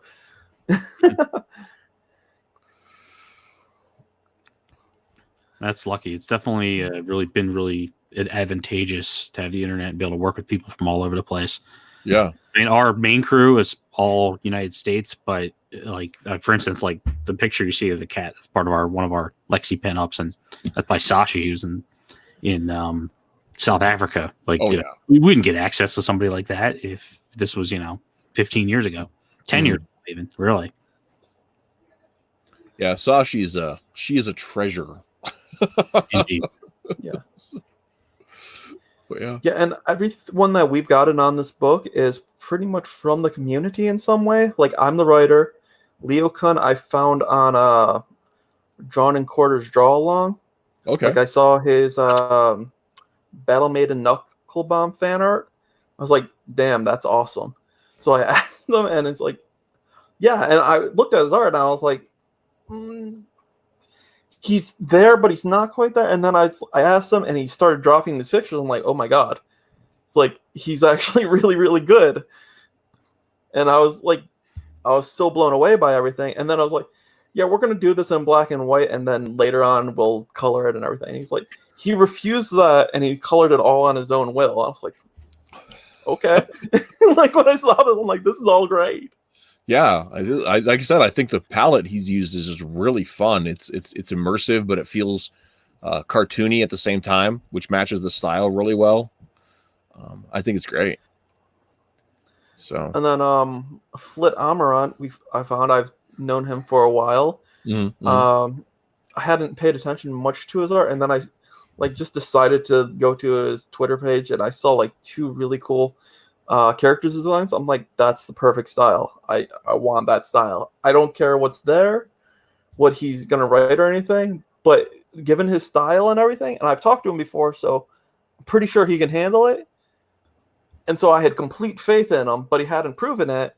And then, like, he finally did a page, and I'm like, that's spot on.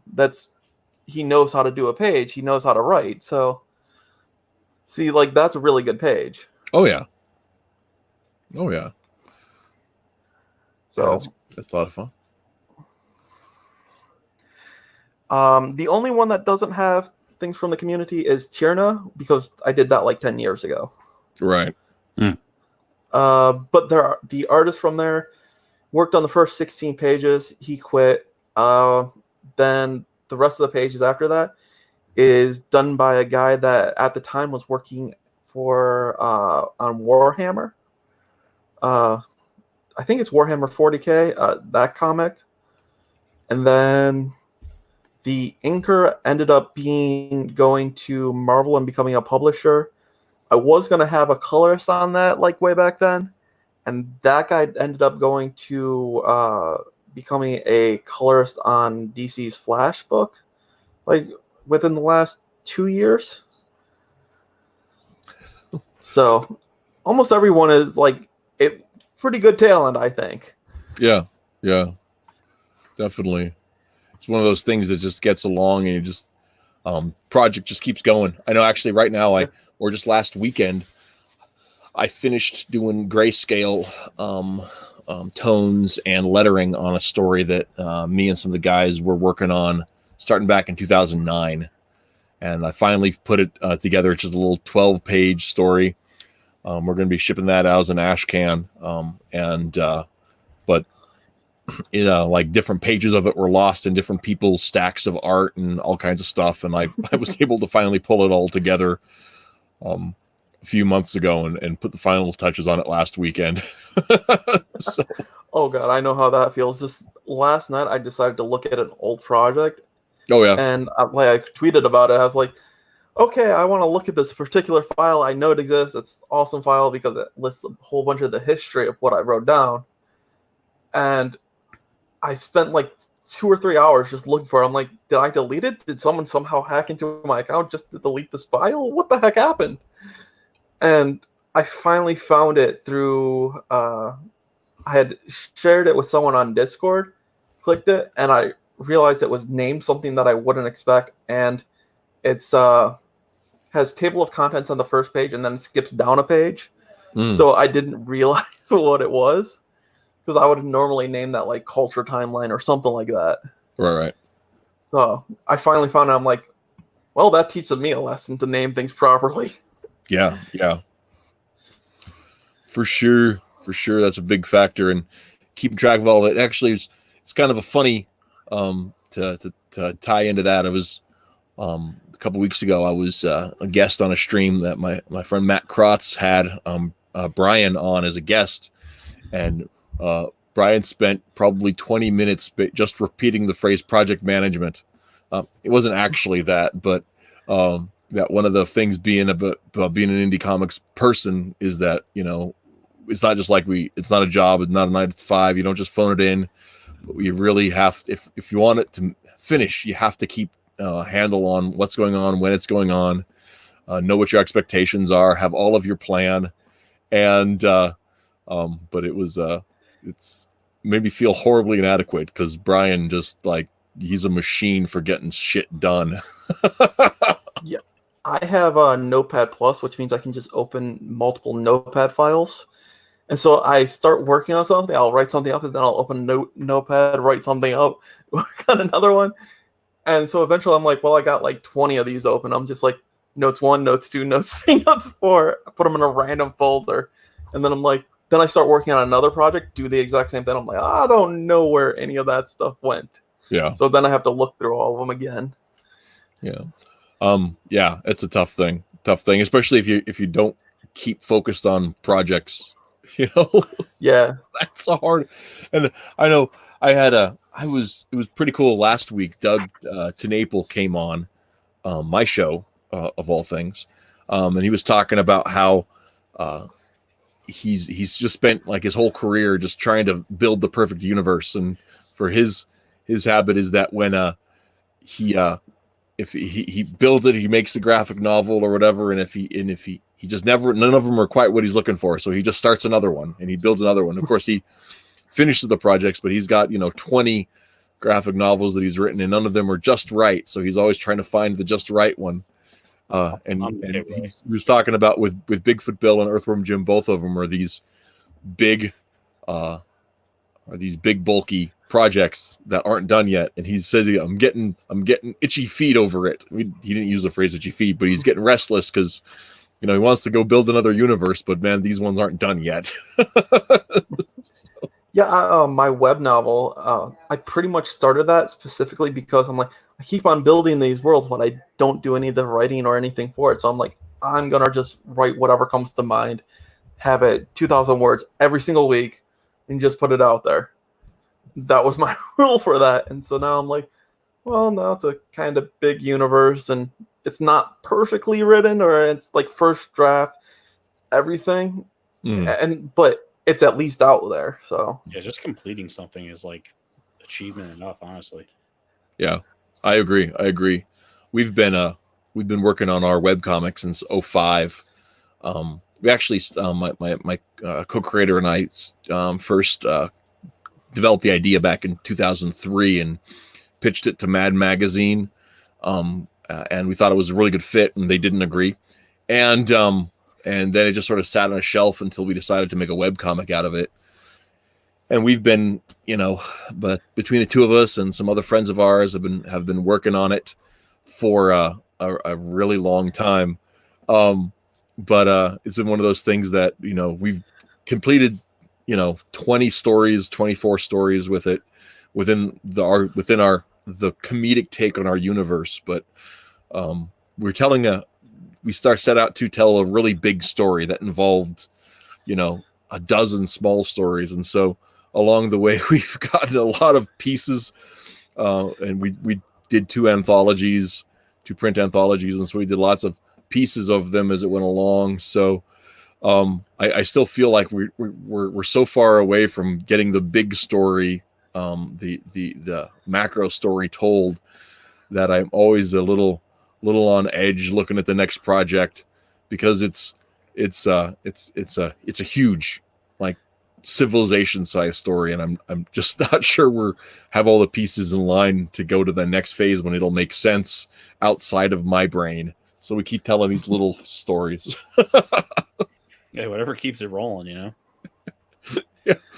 So, but yeah, we're hopefully we'll move along with all that. I love hearing people talk about worlds. World building is one of my favorite things, and we and all of our stories with Ideal are just all in one universe. But I still love to visit other people's and see what they've got going on with it. So that's one of the things I love having. I love having people on to talk about, what's working, what's not, and what they like about it, what their motivations are. But yeah. Yeah, I'm working on a game fantasy world, which has basically the idea of narrative is where magic comes from, and that has created this. There's multiple universes where in this void there's destroyers, creators, and there's like neutral creatures, and the creatives, like, inside them, they're the universes that, like, the regular worlds that we know of. Mm-hmm. And they have different worlds and different rules and different ideas in there. And the world in which the game is set is one of those worlds, but it's a sub one of those worlds. So there's 12 worlds inside it. So it's a multiverse of 12 worlds inside a gigantic multiverse, which anything can happen. Is Exhibit the god of this universe? What was that? Exhibit, man. Heard you like multiverses, so stuck the multiverse inside a multiverse. You like multiverses.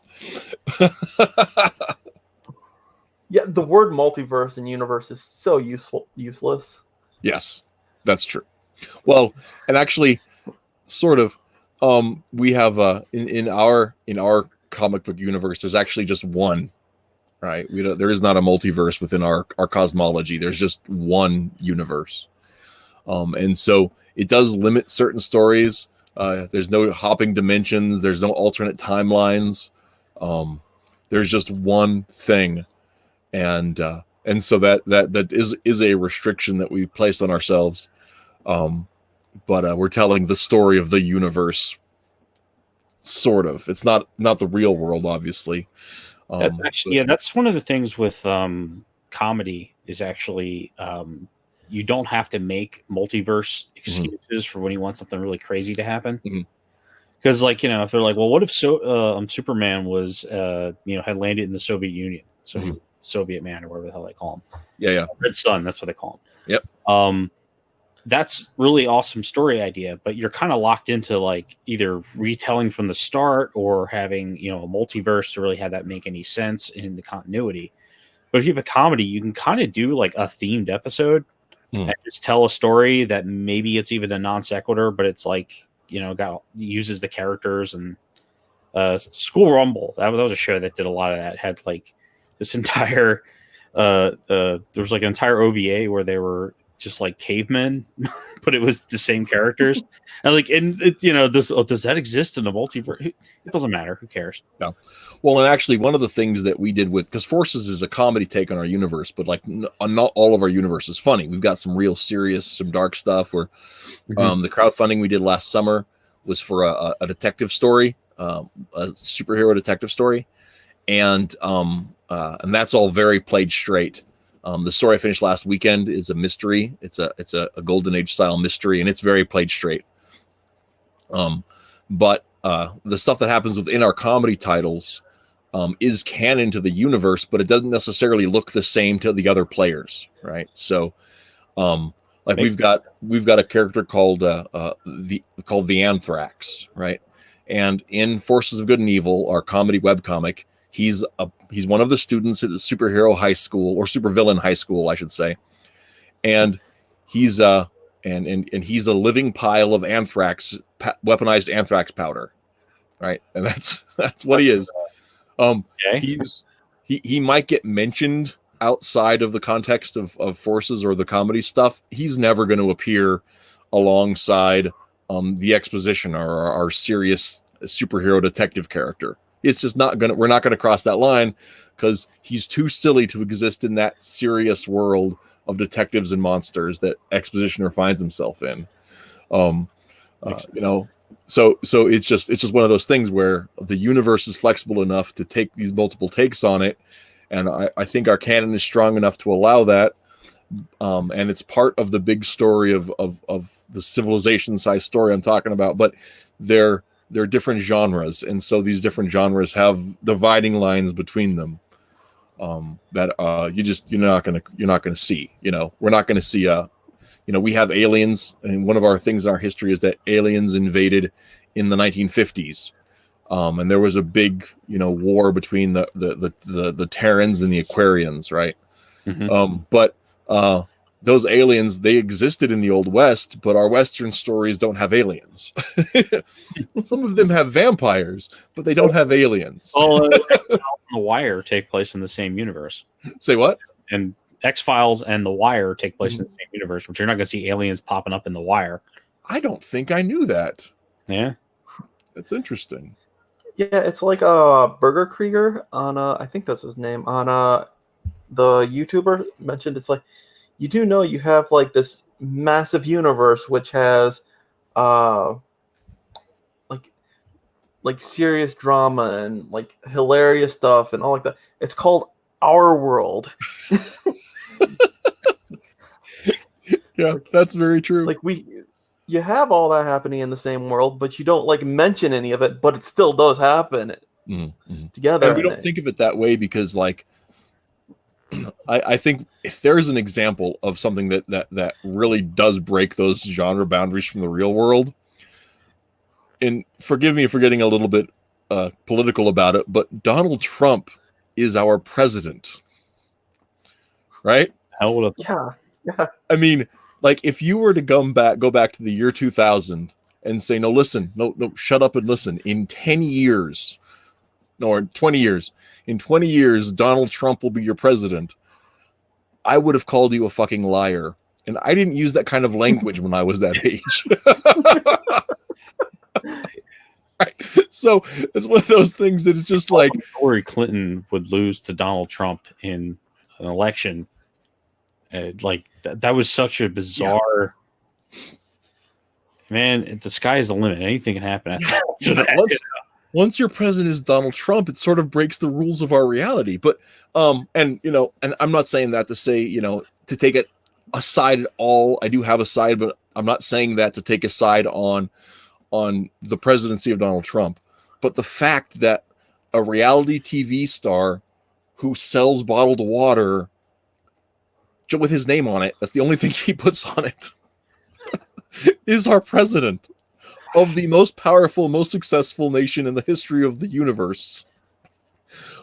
I'm still stunned at this. It's been 4 years and I still can't believe it. In the Ukraine, the late night comedy host he's the president of the Ukraine right now. It's nuts. It goes, man. It's like what's that? Why shouldn't truth be stranger than fiction? Fiction has to make sense. Yeah. With fiction, you can fill in all the puzzle pieces. With truth, there's just the mystery to how you got to where you got to, because you're never going to have a complete picture. Yeah, that's crazy. Yeah. Imagine going back to the time when Terminator just came out. It's like, the Terminator is going to be mayor of California when he's old, right? The mayor of California. What? Governor. The governor. Yeah, no, exactly. Like Arnold. Yeah. Like the guy, like, does he speak English? Like that. And then you go further. His competition was Webster. Like, wait, what? Oh man, one with a Total Recall. Yeah, that was crazy. And the other thing too about that whole deal is, like, before he announced he was getting into politics, he was proclaimed to be the president in Demolition Man. Yeah, Yeah, that they changed the Constitution to allow Arnold Schwarzenegger to be the president because it was too silly to imagine Donald Trump being the president. Man, Demolition Man, that was a movie that was way ahead of its time. Oh man, oh my god, it's terrifying on so many levels. So much more now than I did. I think that's fair. Now it's like it's prophetic. Just about. Well, and same with Idiocracy, right? Where it's just like a bit. I think a lot of people miss some of they miss the crux of the point and the humor in Idiocracy. It's not that everybody was dumb. It was that people were smug in their dumbness. Yes. That's what it was all about. Like it's dismissive and smug and like being like a total asshole but then being completely ignorant. Well, and here's one of the things about it too, is that like the whole point is that like the smart people bred themselves out of being, right? Mm-hmm. So it's really like there's like people want to think that it's a pastiche of everything wrong with America because only the dumb people survived. But what it's really about is that by allowing concepts of family and manhood to be diminished, we are killing ourselves. That's what the story's actually about. It's a frighteningly conservative story that people don't understand because they don't get the philosophy behind conservatism. I just find it really really good example of this. Not to get into like political stuff, but you remember I guess this was about maybe 2 months ago. They released the first guy who's the commandant commander of the, I guess he's the general, the highest ranking officer in the Space Force. Space Force, right? Yeah, okay. They had a picture. He had a uniform, which was an Air Force uniform in OCP, and he had the tab that said Space Force, and he had his stars, and he had the emblem, and it was like, wow, that's really cool. And people were just like completely ragging on the fact that his uniform was camouflaged. And we're like, this is so stupid. The president's so stupid. And it was like they were so confident that they were so much smarter and so much smugger, but they just didn't know the basic fact, like that's an Air Force uniform that has been repurposed. Well, and the other thing that got me about that, and like I didn't even pick up on it because I had forgotten. Well, there was one thing I forgot, and one thing I didn't know. They were talking about the Vector logo, and everyone's like, "Oh, they're just ripping off, Yeah. Oh, Star Trek." Yeah, that was another thing around that same. Oh, here, Brian. It's literally the Space Force Command. Yeah, and they're ripping off Star Trek, and then like, and I didn't, and I hadn't realized, and what I had forgotten was that the NASA logo has the Vector embedded in it, right? I had forgotten about that, the old NASA logo, and what I didn't know was that was what I forgot. The thing I didn't know was that the Star Trek logo was based on the old NASA logo. Mm-hmm. So the Vector that was from the Vector format that Star Trek had was stolen from the U.S. Air Force through NASA to begin with. Yeah. So then putting it back into the Space Force logo is just taking it back and saying, no, Paramount, this was ours to start with. and that's the thing. And again, it wasn't that, people didn't know that. Like, that's perfect. That's trivia, Yeah, it's trivia. It was, they were so smug about ripping on it. Like, they just thought they were so much smarter, so much better. Oh, you idiots. Oh, the president's stupid. The Space Force is stupid. What is the military do? It's like, you guys you're so arrogant and so smug for not knowing a damn thing of what you're talking about. Yep. That's where it feels like idiocracy, because that's pretty much what it was. Absolutely. Absolutely. What was the line? You're pretty dumb for the smartest man in the world. But you're like, oh, you didn't know that? the electrolytes, that's what the plants need. Duh. God. Where did you come from? And it's like, oh God, he's like, just seeing that. I think part of it's like, I think that's always kind of been the case, but like, especially with like Twitter, you just can see that on display. Mm-hmm. Oh my God. It's like, I definitely think there's something to that people are just so ready to be right. And they're just so convinced that they're right. Back in like 2005, 6-ish, something like that, I would always get in these arguments with this person on a forum that they had read the freaking Wikipedia article, and you could tell that they read the Wikipedia article because they got the terminology and everything right, but they didn't understand the concepts that the Wikipedia article was talking about. So, like, no, you don't understand how this works. And we'd go back and forth, and everyone would agree with them, and they would be like, "You're an idiot." I'm like, "Oh, that's you don't always understand physics."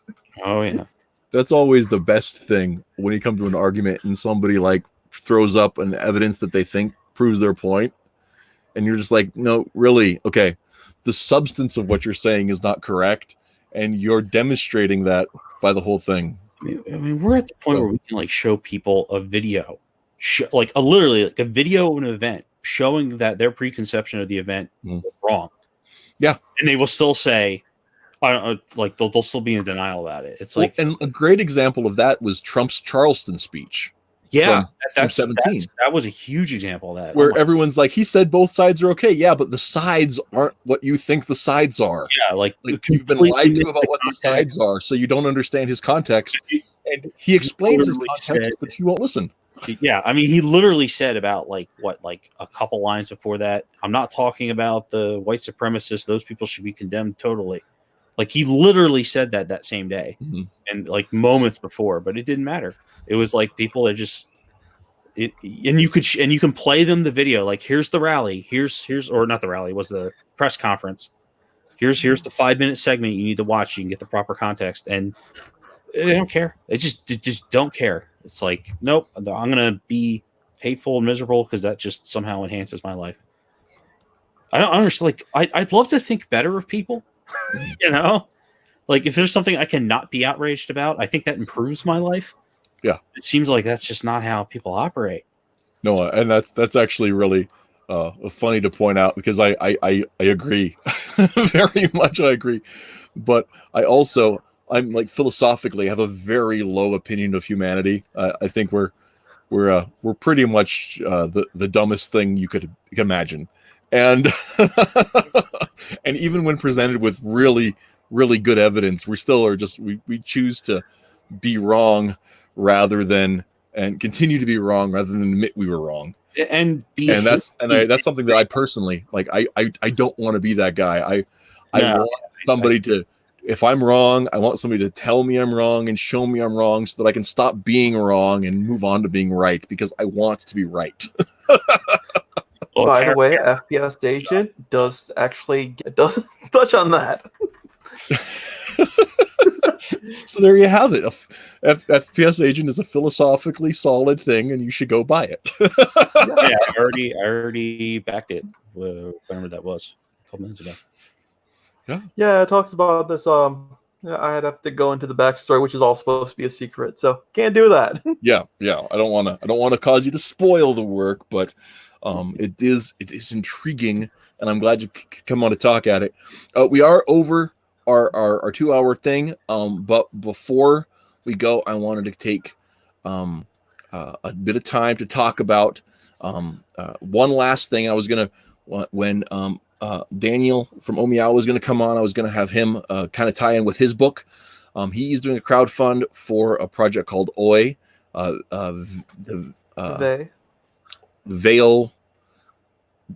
Man, I forgot the name of it, but Oi is it's a series, Tales of Bardic Fury. This is volume 3. They're crowdfunding for right now. The link is in the description still. And link, you can just click it. Yeah, you can just click it. You can click the button and go there.